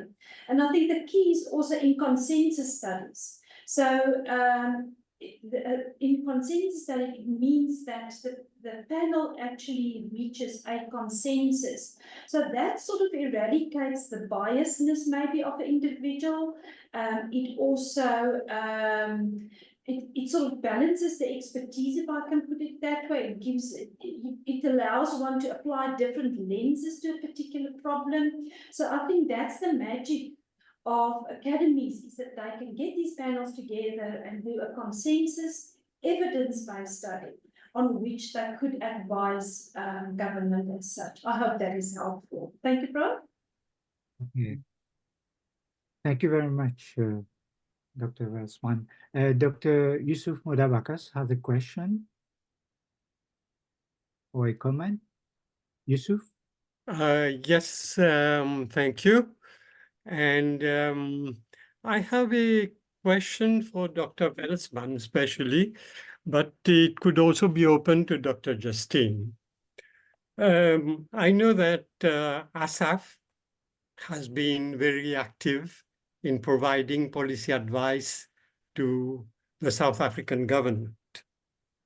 And of course, they had the reports on nutrition, on HIV, on TB, and others. Now, I guess that some of this were solicited by government and some were unsolicited, which means that ASSAf itself provided the advice to government without being solicited by government to do so. My question is, how successful were this advice? Because I think Dr. Welsman used a very interesting wording in her presentation, which was receptivity. And I think that's the key word. So how receptive was government with regard to the various policy advice provided to government. And of course, I mean, this also applies to GYA in case they have been providing advice. How successful have you been in providing advice to government? Thank you. Thank you, Professor, and thank you very much for that question. I'd like to respond that and say, as it was clear in my presentation, that there are various levels of acceptance by government. I think if I can just very generally think about the consensus studies that we've done thus far, if they have been commissioned by the government, then I think the likelihood is there that they will accept and implement those recommendations we've made. And I think then I'll go to the next level to say those that we have initiated ourselves might not have been as successful as we wished it to be, but I would like to highlight two other studies that we've done, which was not commissioned by government as such, but which had major impact into the science system of South Africa. The one was on PhD studies, where we looked at the training and sort of the throughput of PhD students in South Africa. Because again, it was at a time when we were sort of adapting to democracy, and new targets were set down for us to deliver on PhD students. And of course, gender, age, race, etc. then came to play, also to enhance those throughput numbers.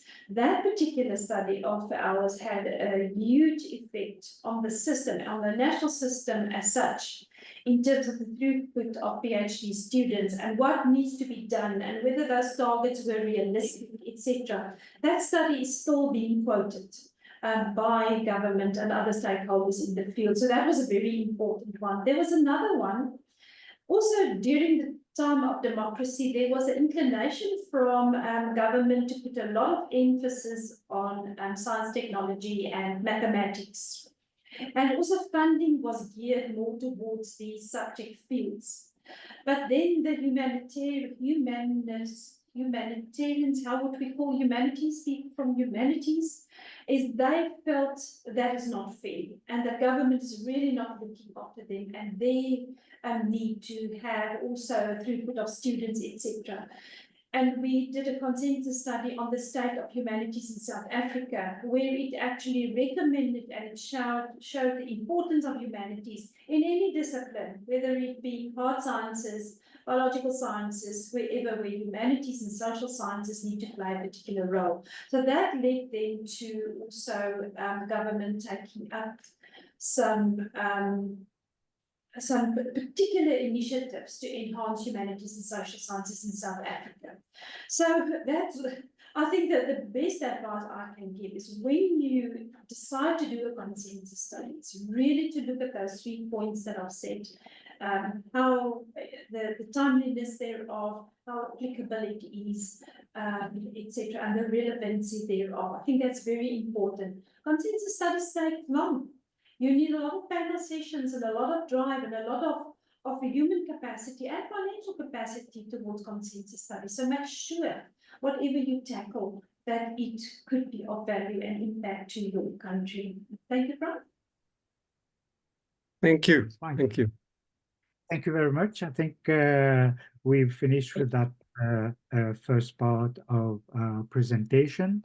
We'll have a short break of 5 minutes. I know it's very short, so as we don't run out too much on time.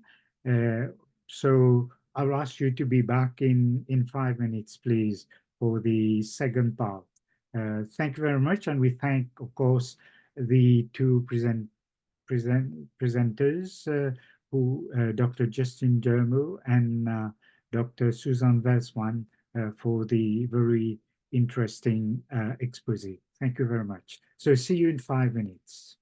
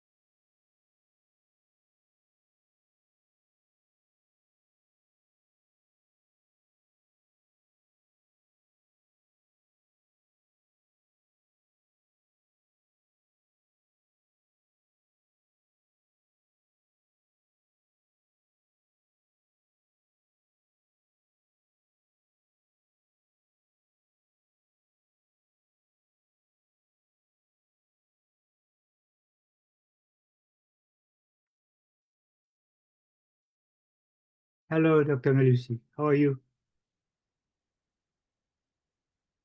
Hi.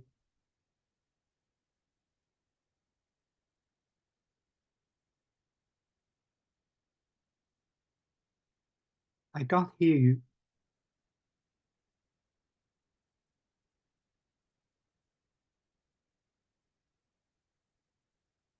I can't hear you.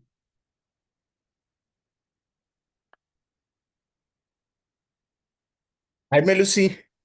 Ah, hello. Hi.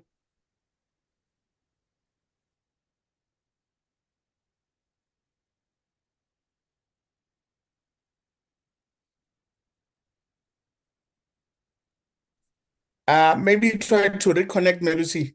The sound is not coming through. Yes. Yeah.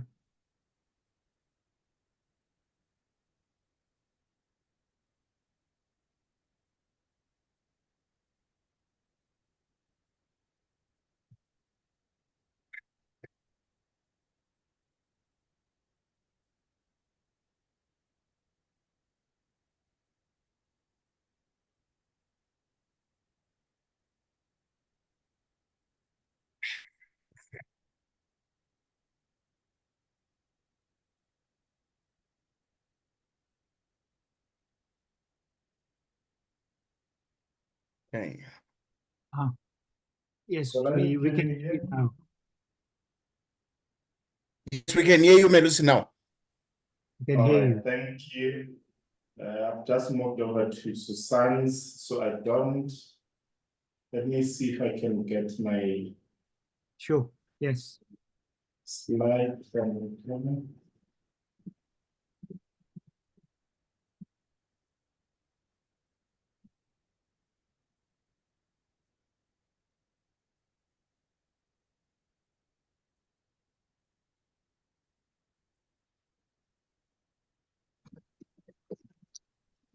Okay.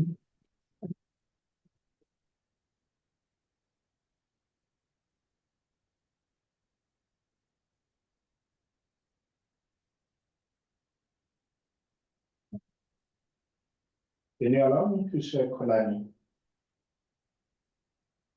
Yes, please proceed. Okay.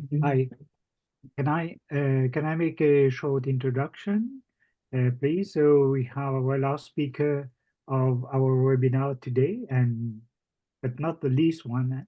It's Dr. Melusi Swala, who is a professionally an environmental scientist, specializing in water quality assessment and monitoring. Dr. Melusi is manager, science advisory program and strategic partnership at ASSAf. Dr. Melusi's responsibilities include the management of this program, which also includes women in science and young scientists activities. He is a UNESCO Keiro Ubuchi Fellow with a track record of international collaboration and has served in various multilateral organizations. Furthermore, he is an academic who trains research students and serves on the editorial board of scientific journals. He has over 15 years of working experience in research and higher education and has a proven record in science citizenship in both local and international organizations.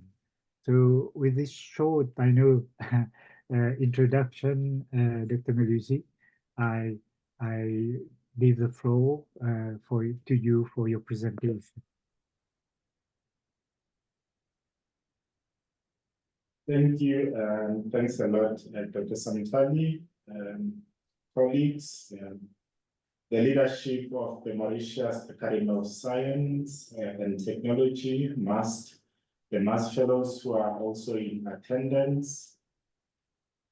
So I see I haven't started sharing this slide. Okay.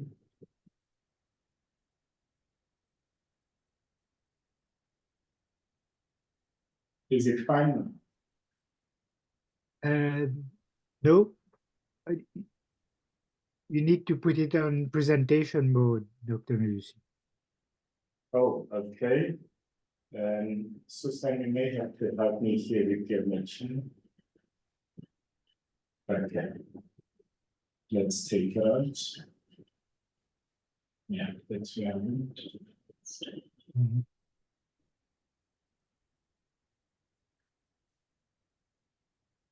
Is it final? Not on my screen.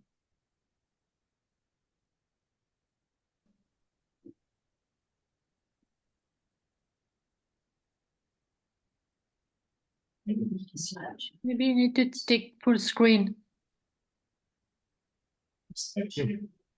Yeah, this one.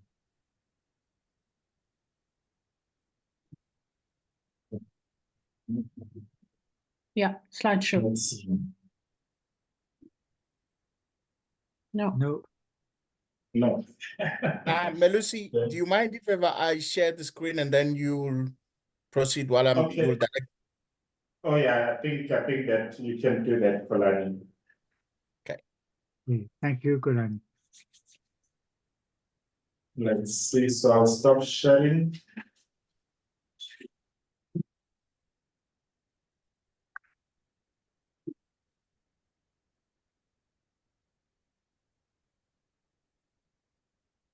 So I'll just give you a hint, Kolani, to go to the next slide whenever I need you to.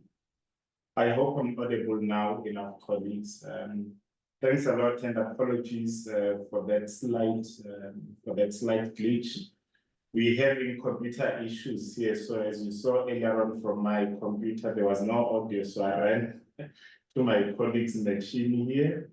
But it is really a pleasure to be part of this exercise today.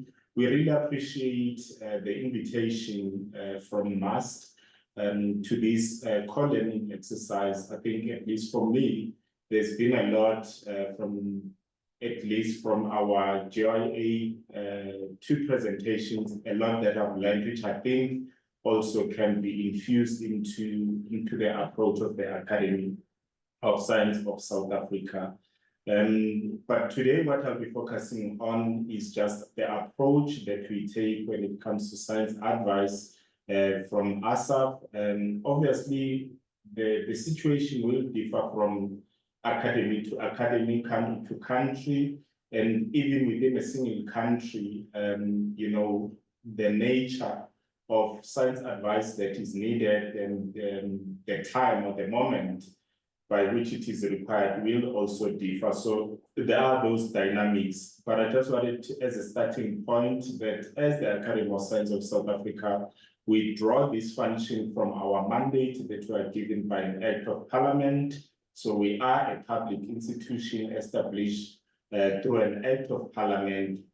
Hence, what we need to offer has to embrace national priorities, but also we do undertake science advice that is of regional relevance and importance, as well as global relevance as well. If you can just go back to the previous one, Kolani. Oh, thank you. And I just wanted to highlight when it comes to that one that the science advice activity is really not only the mandate, but it's also the goal of the Academy to execute effective evidence-based science advice to national you know, priorities. And I will be highlighting some of those examples as we get into the further slides. But what's important is that the science advice that we offer covers all the science discipline. And I would like to emphasize that because it includes social sciences as well as humanities. And maybe the reason for that, which is generic, is that the problems that society faces today cannot be solved by a single discipline, cannot be solved by, you know, a narrow scientific practice, but we need to draw expertise from various disciplines of science in order to deal with the problems that we face as society today. Next slide, please. My colleague Susan spoke earlier on about, some of the examples of science advice that we've executed, and I would like to go back to the COVID example one that she highlighted on. But maybe as a start, a generic, when I talk to either my family, my mother or my kids, really about what the academy does, I need to make it understandable to everyone.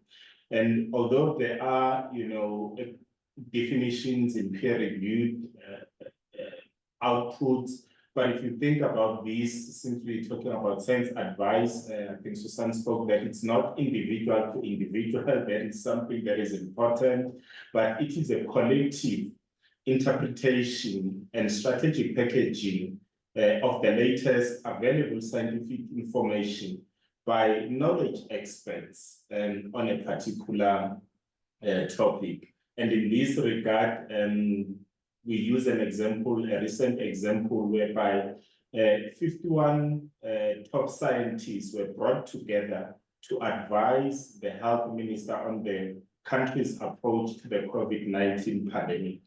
Now, these were experts in virology, in public health, in infectious diseases, in personal protective equipment.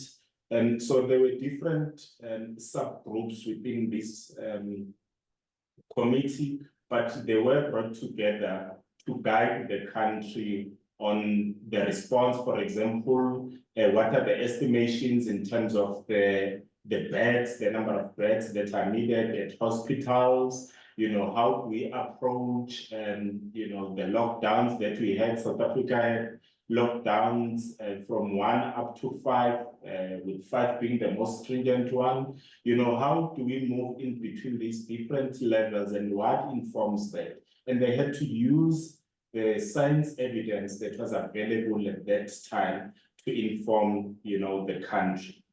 Next slide, please. Now, the academy played a key role, in providing experts in that specific, issue of COVID-19. And they then, at a very high level, as Susan also mentioned earlier, that they were either, leading some of the subcommittees, but the whole committee was also chaired by an ASSAf member, Professor Slim Karim, who's a world-renowned scientist when it comes to health and infectious diseases. And what they really were tasked with is almost on a day-to-day basis, engage amongst themselves as the experts, come to consensus. And I will emphasize that again, around the table, what do we feel is the, the concluding direction or emphasis of the evidence, scientific evidence that we have. And that is what they had to do on a daily basis. But also interesting and maybe more excitingly was the public engagement that was linked to that. For example, Professor Slim Karim, almost on a daily basis, had to come engage the nation during morning prime news.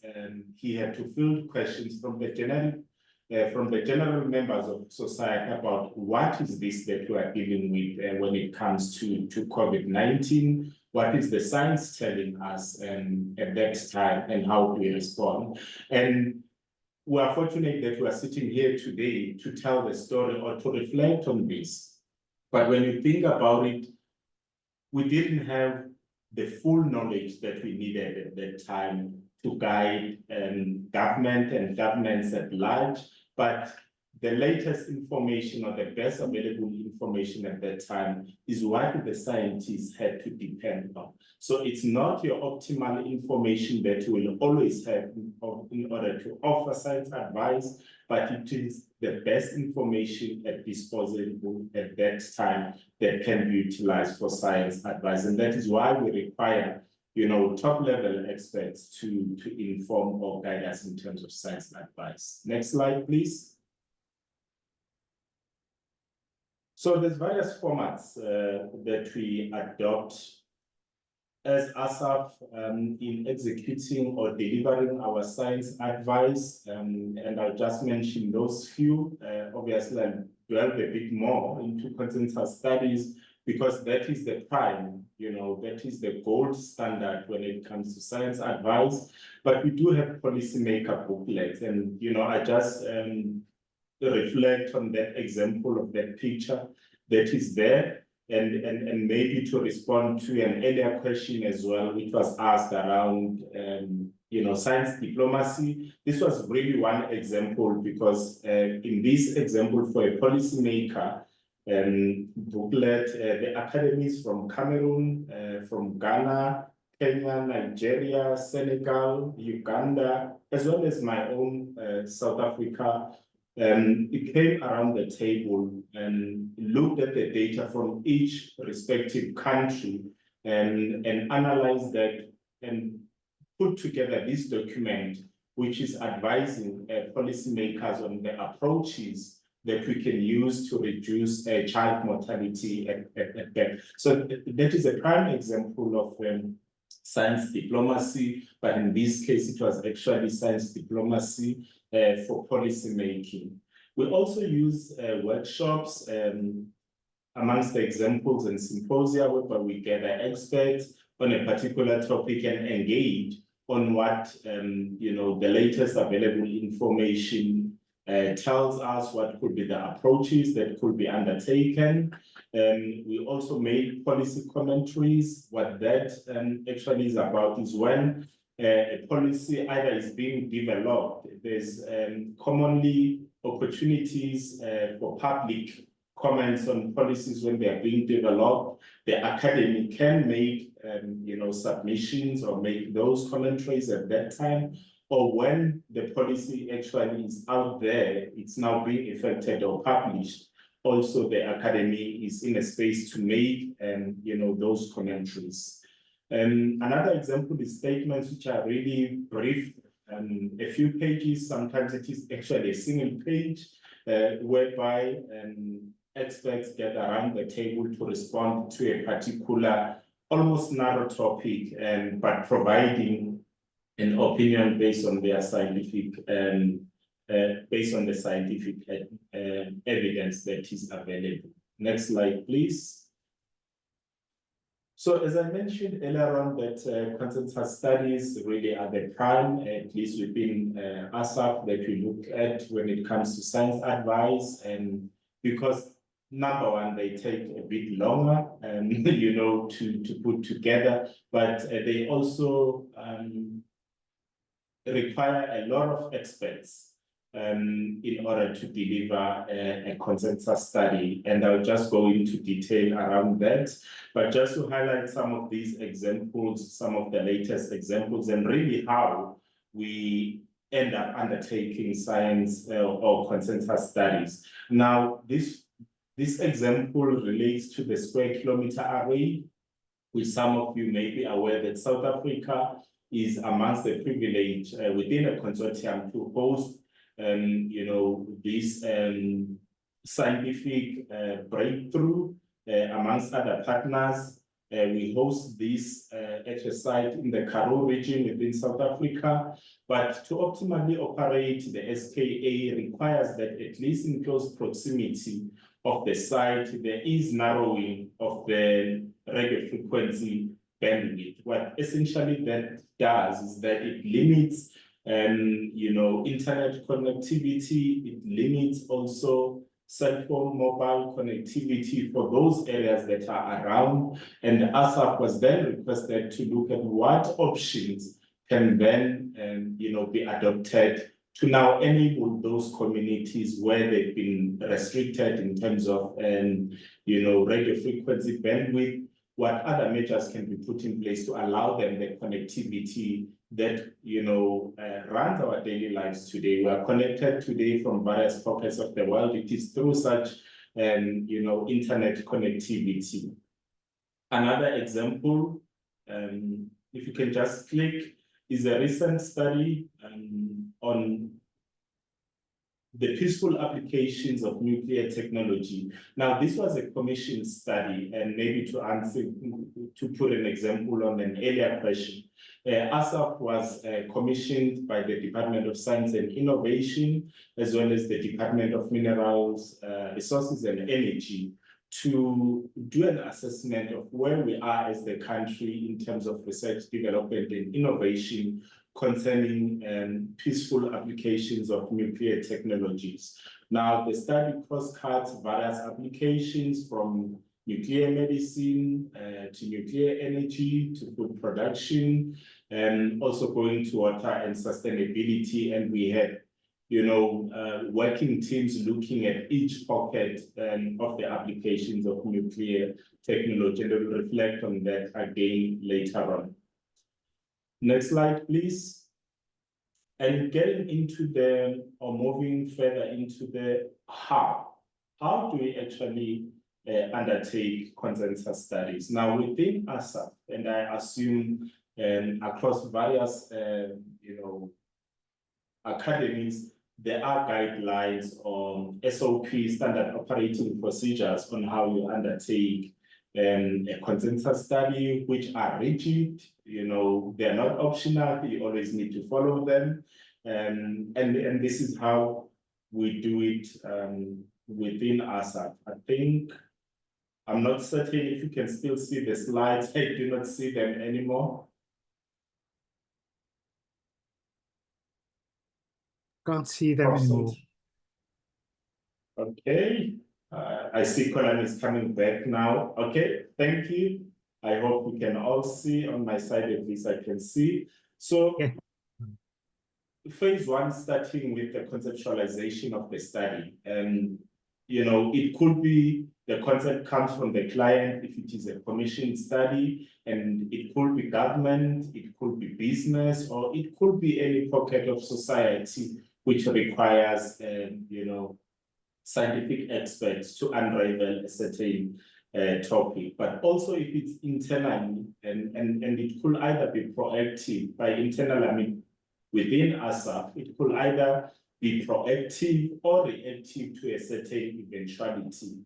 Now, members can gather and come up with a concept note or an idea, or it could either be council mandating members to look at a particular topic. The next step would then be the proposal development, which articulates what the problem is and also justify why the academy is the appropriate institution to address such a particular topic. And part of what the proposal needs to actually provide is the experts that are needed to unravel now this question. And then, as I mentioned, we need to work across disciplines and across sectors. Now, council would be looking at that, whether the proposal actually embraces that transdisciplinarity and representativity across the various pockets. I can, with confidence mention today that the ASSAf Council doesn't accept or approve proposals that do not reflect the transformation agenda that South Africa needs to achieve. If there's no gender representativity or balancing, that does not get approved, at least from council, just to mention that. But then the proposal need to also outline the plan as well as the budgeting that is required. Then it gets taken to council for consideration. And if council approves, we can then move on to the next slide, which will then be phase two, which is now the execution of the consensus study. I did mention that it takes a bit longer, minimum 18 to 36 months. And, due to the reality of issues on the ground, sometimes they do go beyond 36 months. But the general guide is that it should be minimum 18 up to 36 months, whereby the panel chair So that would be the study leader who chairs the panel, as well as the co-chair, lead the panel of experts in undertaking this study. The study is hosted by the Secretariat, which will include myself, Kolani, and other members of the Secretariat who are present here today, who then provide the support and connect the dots with regards to the study. Now, one of the important things is that during the execution of the study, continuously there is engagement with either the client, if it was a commission study, but also with other sector role players with regards to the sector that the study is actually grounded on. And the purpose of continuous engagement is to ensure that the panel gets the side view opinions from other individuals that are outside the panel. We do not want to wait until the end of the publication of the report to get opinions from other role players. So it is important that once there is, actually even at the beginning, the panel can engage the public just to inform the public about what it seeks to undertake. But as soon as there is meaningful findings to report back on, the panel can also engage the public or other role players in order to communicate the findings at that stage. Next slide, please. Which then is phase 3, which is the review process. Now, also this also what I'm presenting here is the official process of the academy. Once the panel has put together a report, now they are confident that they have succinctly responded to the objectives of the study. They then now put a report together. But also at that point or ahead of the finalization, they can request endorsement from ASSAf Council of the peer reviewers. Now, there's 3 levels which ASSAf consensus studies are reviewed at. The first reviewer must be a local reviewer based in South Africa, operating within South Africa. The second reviewer must be somebody within the continent, so outside South Africa, but based and operating within the continent. And the last reviewer must be an overseas expert that is outside the continent. And I must say that ASSAf Council also is highly, articulate on what needs on the profile of the reviewers that need to assess this work, and also the transformation agenda, when it comes to the paradigms, and the council also requests on that. And then once the reviewers have undertaken their job, then the panel addresses the comments and then submits back to council to consider whether the comments of the peer reviewers have been addressed by the panel successfully and appropriately.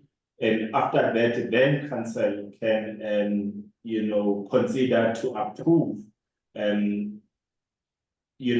that consensus study report. I see that we have lost Kolani again. Hopefully he'll come back soon as I speak. But if the study was commissioned by a client, after council has approved the consensus study, we can then now have it back to the client for their consideration and endorsement. And maybe I will just have to share on my side. It's really the last 2 slides since Kolani has dropped off. Oh, I see he's back. And Kolani, if we can just go to slide 10 now. The final phase, phase 4. Now, the study has been endorsed by the client. What do we do now? And I'm just highlighting the recent case of the nuclear technologies for peaceful application. we make a big splash about this because number one, the journey is not easy, but also we now want to inform the public at large that here is the study that we are either commissioned. In this case, we are commissioned by the Department of Science and Innovation, as well as the Department of Minerals, Resources and Energy. Our president of the Academy, Professor Bertin, was very excited and was confident that the panel had undertaken due diligence in undertaking the study and handed over the report to the executives of the departments as we launch now the study. And we then undertake what we call uptake activities, whereby we engage the policymakers themselves, because when we're launching, such a high level, commonly a high level event whereby either the Director General is the one that is receiving that, but at a later stage we engage, with the officials of that particular department, just to go through at a finer detail about what the study actually is recommending. Next slide, please. Part of our uptake activities also include engaging the broader public. And the implications of the study can either be mainstream to government, but there could also be considerations or information that is relevant to broader society.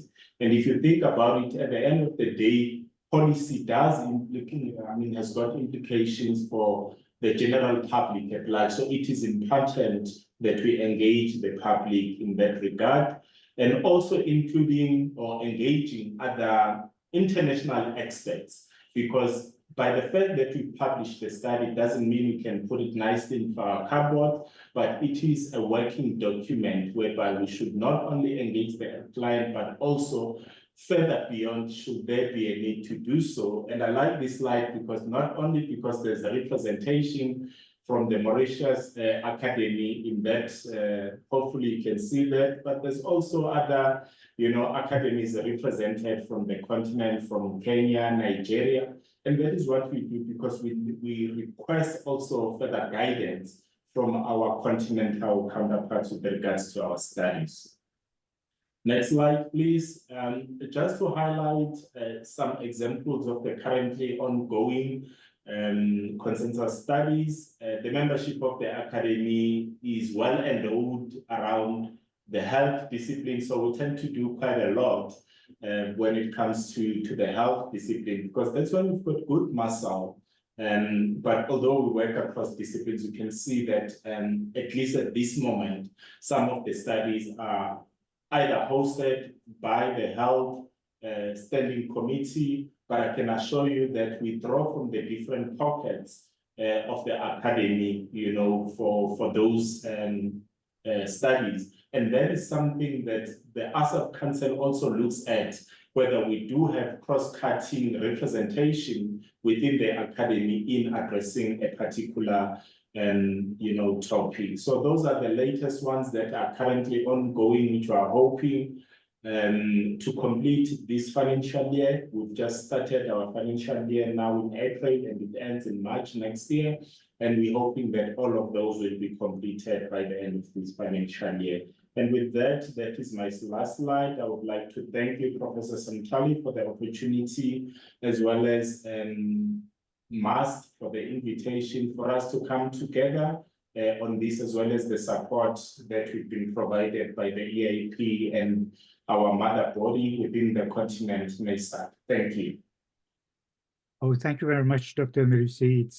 It's really fascinating to see in detail how you proceed, the different phases. It's a very elaborate process, and I think we can learn a lot from that.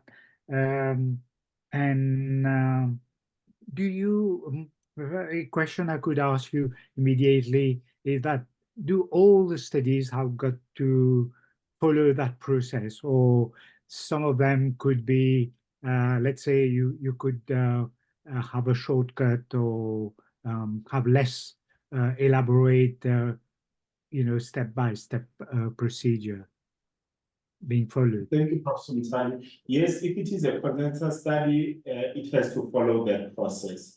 But when a proposal is submitted to council, there could be recommendations to take a different format. As an example, as you saw, there are commentaries, there are statements, policymaker briefs. So council may recommend maybe a deviation from a consensus study into another format. But if it's a consensus study, that is the Bible that we need to follow.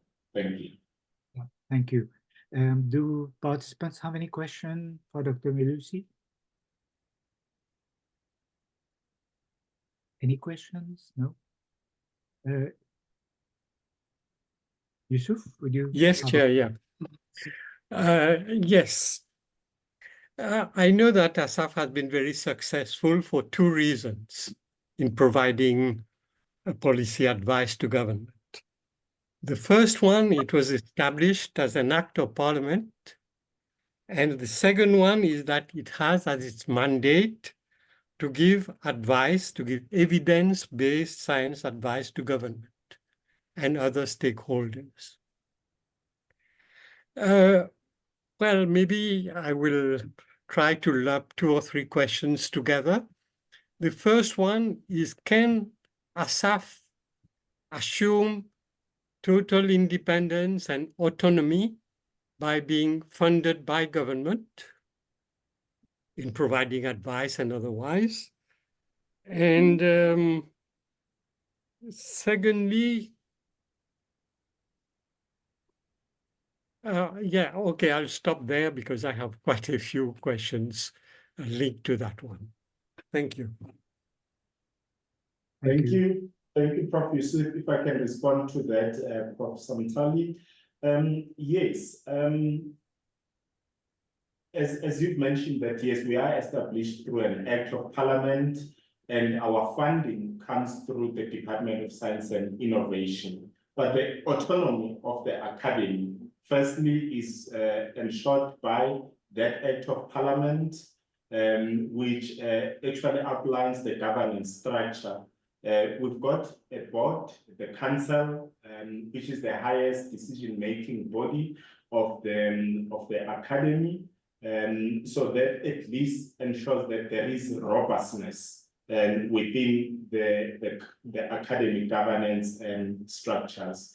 That is one of the ways which actually ensures that, and it is a prescription of the act. Now, I can imagine that at times there are, occurrences of conflict. Now, we do not see any government, department, or organization as, as being against us. For example, if we're talking about the Department of Science and Innovation, through which our funding comes through, and I would like to emphasize that the funding doesn't come from the department, but it comes from Parliament through the Department of Science and Innovation. It could have well have been another department, that our funding comes through. So we are not actually reporting to the department as per se, but we are reporting to Parliament, specifically citizens through the Parliament. I hope that addresses your question, Professor. Thank you. Thank you for the clarification.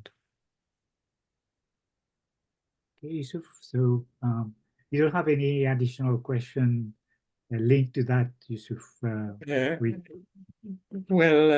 but I think I'll give others a chance to ask questions. Thank you. Any questions to Dr. Melusi, please?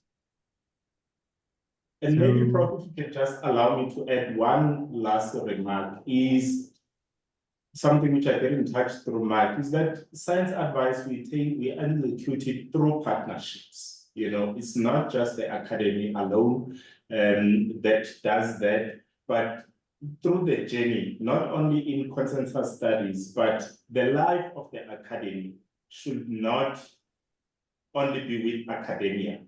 So we do quite a lot, in engaging government, business, NGOs, like-minded institutions locally as well as internationally, because to a large extent our objectives are aligned. We just come from different pockets. As an academy, we want to see the best national system of innovation. Government departments expect, tools to be coming from the system, the national system of innovation. So we all want a healthy, well-oiled national system of innovation. We're just coming from different pockets. We're not enemies. We all want the same, outcome at the end of the day. Thank you. Well, maybe two additional short questions. One, do you claim fees to government and other stakeholders when you do these consensus studies for them or providing evidence-based advice? That's one. And second one, myself and the president, Dr. Samtali, were in a conference in Nairobi, and it was on agriculture, so GMOs was very much in the central part of the discussions. And of course, our scientists, most of the scientists, said that there was no evidence that GMOs were bad for health, for example. And on that very same day, or within a few days, government had an act of parliament to ban GMOs, which was in contradiction to the findings of the scientists in their own country.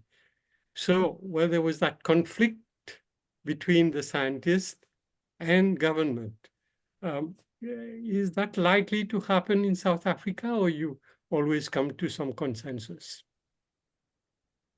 Thank you, Prof. The second part of your question, if I can just start with that. Yes, that example that you are using, it can happen anywhere in the world. South Africa is not immune to that. And Prof, you may be aware that when it comes to HIV and AIDS, treatment, it was a big battle in South Africa to get to the healthcare system, specifically with regards to HIV and AIDS, whether we're talking about denialism that was there, different approaches. So even from a South African point of view, and I'm using that one because the treatment program that South Africa has when it comes to HIV and AIDS today was not always there. It took a long battle between academics at large, but also ASSAf. A large proportion of our members were at the forefront of that, and I'll call it a fight, because they were pushing for what the scientific evidence was saying and what approaches can be taken to reduce the mortality rate, which we had back then as the country, which is considerably lower than what we face today. So those do happen, Prof, and we cannot avoid them, but at least in this example, science won at the end of the day, and lives are actually being saved on a day-to-day basis. But conflict does happen. Thank you. And the first part of the question about fees, claim or consensus studies. Okay. So what if it's internal, if it's studies that are initiated by the academy itself, we will budget within our resources that are available for the next 3 years. We normally get what we call funding for at least 3 years. So we know what we likely will have for the next 3 years, although there could be changes from year to year, but we utilize that. But if it's commissioned by a client, it is then up to the panel. And as I mentioned, I think it was phase 1 to appropriately budget for that, depending on what the panel has planned as part of the activities. Thank you. Thank you. Thank you for your question. Thank you very much, Dr. Mdusi. And we would really like to have you again at our next hybrid workshop and to pursue the discussion. So we hope you were able to make it. Thank you. So Thank you. we've reached the end of the presentation, but I have the pleasure to pass the mic or the floor to Professor Dr. Ghulam Mohamed Bai. Dr. Mohamed Bai is our first Vice President of MAST, and he will give us the key takeaways from the lessons learned from this webinar. So over to you, Professor Mohamed Bai. Thank you very much, Salam, and good afternoon to all of you. I do realize that I am between you and your lunch in South Africa, and I'm between you and perhaps a grossly delayed lunch for those from Mauritius, those who didn't get a chance to have lunch because we're starting at 1 o'clock. But so I'll try to bear that in mind. I think it's been such an informative and enriching. We've heard so many interesting and informative and enriching presentations that I think it's very difficult to do justice to the various issues raised and to list the key takeaways. And you know, each one looks at it in a different way, and I put down certain ideas that I grasped as we went along, and I've just jotted them down, and I thought I'll share them with you. But I think there is room for going deeper into so many of the issues raised today for the benefit of MAST, because after all, this is a capacity building workshop for MAST, and many of the issues need to be unpacked. The first point, I think important point, is we just remind ourselves that science is global. Not just national, but it is global. Global meaning regional as well. And many issues that affect scientific issues that affect a particular country also affects other countries in the region and globally. And the other important point, I think, is that the important role played by young scientists. We have in our presence two young academies, one not present today, but nevertheless, they're active in Mauritius. So it shows that science as well transcends age. The experienced and more knowledgeable, perhaps older scientists, and the more dynamic and full of ideas and so on, the younger ones. And we have to give room to each one of them to have a key role in science advice. The other important takeaway is the partnership among academies. And this is a typical example of what we've had today in this webinar. The partnership between the two main academies in South Africa and in Mauritius, but also the Global Young Academy and the other academies. I think partnership is key to moving forward in everything we do. And I think this is something we must cherish and which continue. We must support each other and learn from each other. So partnership, I think, was very interesting. It became clear that science advice is important to meet global challenges. And policymakers will never be able to address on their own the very key issues of global challenges in particular. And scientists cannot be indifferent to that. They have to help out and come in and see how it can be done. And the key issues are climate change, sustainable development goals, disaster risk management. And one issue that I didn't hear about is artificial intelligence. I think it's a very important issue affecting us globally, on positively and negatively, and it's something we need to look at. So science advice is important, and I think science academies have a responsibility, a duty to pronounce on these many global issues affecting their own countries, but affecting the other countries as well. But clearly, and as was shown by the first presentation that we saw, there is a gap. there is a gap between scientists and policymakers. And there is a need to bridge this gap. And there's a need on the part of academics to demystify science, because policymakers very often are not scientists, and they think scientists live in their little cocoon and do their little work in their laboratories, produce their reports and shelve it and so on. And it's our duty at the level of science academics to demystify that concept and bring science to a national platform, to a general platform, to a platform where everybody can understand, simplify it so that everybody can understand what we're talking about and explain some of the issues. We heard that there are many mechanisms, many models, and many ways to formulate science advice. And I think the last presentation of ASSAf made it very clear of the different ways of doing this. For example, by having advisories, by booklets, by workshops, by consensus studies, and so on. So there's no simple way of providing science advice. It's a multiple avenues that one can use.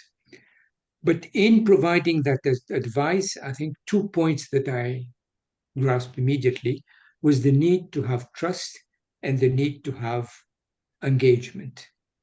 And to be able to maneuver between this trust and engagement issues, we need to have science diplomacy. And science diplomacy, as it was said, is complex and is a ground which was said can be dangerous. So we have to tread very carefully. But establishing this trust and establishing this engagement is extremely important. We heard about ASSAf, and we heard, and Yusuf made it clear in his questions, that ASSAf is mandated to provide evidence-based science advice. And that's important to bear in mind when you consider MAST. We are talking one academy with another academy. MAST is a very different animal. It's not a body which has governed by an act. In its guidelines, there's nowhere mentioned that it's mandated to provide advice to government. It doesn't receive any funding from government. It relies entirely on funding from its own members and then from little grants that we receive now and then. For example, this NASA grant that we receive for doing this organization. So funding didn't come up as an important issue, but it is an important issue. It is an important issue for MAST. We cannot plan for 3 years as ASSAf does. We have to live year by year, depending on the funds that we have, that we collect, and the grants that we manage to get, and formulate little grants here and there. And I think that can be a major constraint as far as the operation of for science advice. We have to accept, and it was said, that we live in an ecosystem of science advice. Academies are one of them, but there are others as well. And this applies to Mauritius as well. There are advisors within government, science advisors. There are statutory bodies as well. We have the Mauritius Research and Innovation Council, which exists as a corporate body and which advises on scientific and technology matters. So we have to be able to learn how to coexist in this ecosystem. And what is also important, which we do not always do very well, is to build a synergy among all these partners within that ecosystem. I don't know whether ASSAf does it very well in South Africa. We certainly do not do it that well. We heard there are many challenges in providing science advice, and I thought that was extremely interesting. The first one was the question of relevance, that we need to determine the needs of policymakers. Now that's interesting we have to find out, first of all, whether policymakers require certain advice or not. And we have to play this against what we think is important and convince policymakers that there is a need for looking at a particular issue which is important. The second challenge is timeliness. I was very interested to hear that the studies undertaken by ASSAf can take anything between 18 months to 3 years, 36 months. That's quite a long period. And if you're providing advice in a particular area, it can, the timeliness of it and making sure that it's provided in time, and the consultation that should go on all the time during that the preparation of that advice, I think, is extremely important. And receptivity, I think that's a very important concept and very important word. And the two examples given in South Africa, I thought was amazing, quite interesting, not amazing, but quite eye-opening. The first one was on this whole issue of HIV/AIDS, where clearly there was scientific evidence which was not accepted nationally. And the second one, where several academies got together and provided advice on sexual orientation in Africa. So you were going beyond South Africa here, and yet this was not accepted, and still apparently is not accepted in many countries. So receptivity, whatever be the quality of that scientific advice, I think receptivity is important, and we have to learn to live with that situation. We heard that also that science advice is not always taken for many reasons. The two cases I've mentioned, there are very clear reasons there, but they can be political, but there can also be financial constraints. Government may wish to do something, but it doesn't have the funds. And there could also be public opinion, as in the case perhaps of the issue of sexual orientation, where the public clearly reject the scientific advice given. The whole issue of advice versus advocacy, I thought was very interesting. It's a complex issue, and it's one that I think we were told, beware about advocacy. We should always concentrate on science advice. But I think at MAST level, we need to sit down and unpack this difference between advice and advocacy. The presentation on inclusion in science advice, I thought, was extremely interesting. That we have to take gender into account, we have to take age into account, diversity and all that. But inclusiveness also must take into account local knowledge, in particular in the case of Africa, traditional knowledge, which is so important for Africa. I think we have to bear in mind all these issues. We have to take all these into account in formulating science advice. To me, today has been really extremely important for MAST. We have to learn from this. We have to accept the fact that we are different from ASSAf. We have certain constraints, financial constraint, the way we are structured, that constraint as well. But that should not prevent us from making advice and providing advice. Interestingly, it was mentioned that ASSAf participated in a ministerial advisory committee on COVID-19. And we at MAST, without any prompting from government, we ourselves produced a simple couple of page advice on COVID-19 when that was taking place. And we did this because we have among our members, among council members, somebody who is very well known, a scientist who has worked in this area and who could, together with, he has close ties with the government and the Ministry of Health, and internationally as well. He has worked internationally. And we provided some very interesting advice on COVID-19. And it had to be very quick because, by the time, if we had waited for 2 or 3 years, that advice would not have been very useful. I don't know whether that advice was taken by our government or not. I hope it was. but certainly that was a useful exercise. And that's a way where it shows how we can contribute to policy making. I think I'll stop here.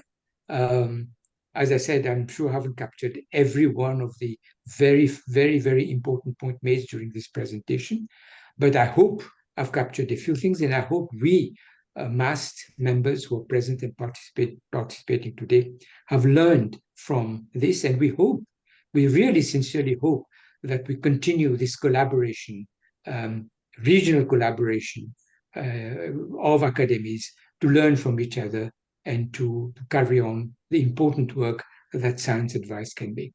Thank you all very much. Thank you very much, Ghulam, for this crisp and very nice summary encompassing all the different presentations, but also linking MAST, how it could benefit from this webinar and from the discussion. So I think it's the initial point, and there's a lot of there's a long road ahead for us to explore. With those words, I would like to invite Dr. Jean-Claude Detré, GCSK, sorry, and a former MAST president, for concluding remarks and a vote of thanks. So over to you, Jean-Claude. Thank you, Salem. Good afternoon to everyone. I'm delighted to see so many participants at this virtual meeting. As past president and fellow of the Mauritius Academy of Science and Technology, it is a privilege for me to deliver the vote of thanks for today's, I would say, enlightening webinar, which has for main objective to strengthen science advice capability of MAST. This is new territory for us, and I think we will probably, when we will look back over this event, we will realize how much it has been improved. Anyway, we have just heard from Professor Mohamed Bai key takeaways. I'm confident that all of us, especially MAST members, have gained valuable insights on science advice. These lessons will guide us in our forthcoming activities, including a hybrid workshop on Wednesday, 19 June 2024, and a dissemination workshop of a policy brief on food security scheduled 1 month later on 23rd July 2024. I encourage you all not to miss these two events, and you will receive further details soon. On behalf of MAST, I would like to extend our heartfelt thanks to all our partners in today's endeavor. First of all, NASAC AIP for funding this project. Our collaborators in the project, first ASSAf, the Academy of Science of South Africa, for its support throughout the preparation of this event and for hosting the webinar. A special thanks go to Dr. Kolani Umbiza for his invaluable support and commitment. Secondly, the Global Young Academy of Science Advice Working Group. Thirdly, SAYAS, the South African Young Academy of Science. Fourthly, MYAI, the Mauritius Young Academy Initiative. We also extend our gratitude to all our speakers who contributed in making this webinar a real success. From ASSAC, Dr. Susan Welsman and Dr. Melusi Ntwala. From GYA Science Advice Working Group, Dr. Justine Umwendi. I'm sorry for the pronunciations. Our thanks also go to all MAST Council members. And of course, a special thanks goes today to Dr. Salem Samdani, our president, for his endless effort dedicated to this project, and also to members of the project committee of MAST, including Dr. François Driver, Dr. Abdi Bola, and Dr. Asha Samdani. They have shown with their dedication and commitment a great start today. Last but not least, many thanks to all participants for their active involvement. Before closing, I invite you all for our next event, a hybrid workshop of science advice on food security, scheduled, as I mentioned earlier, for 19 June 2024. Until then, I wish you all the best and look forward to seeing you soon. Thank you. Thank you very much, Dr. Outre. Thank you very much to all participants, to the presenters, and we look forward to see you again next month. Bye-bye. Bye-bye. Thank you and bye-bye. Bye-bye. Everybody.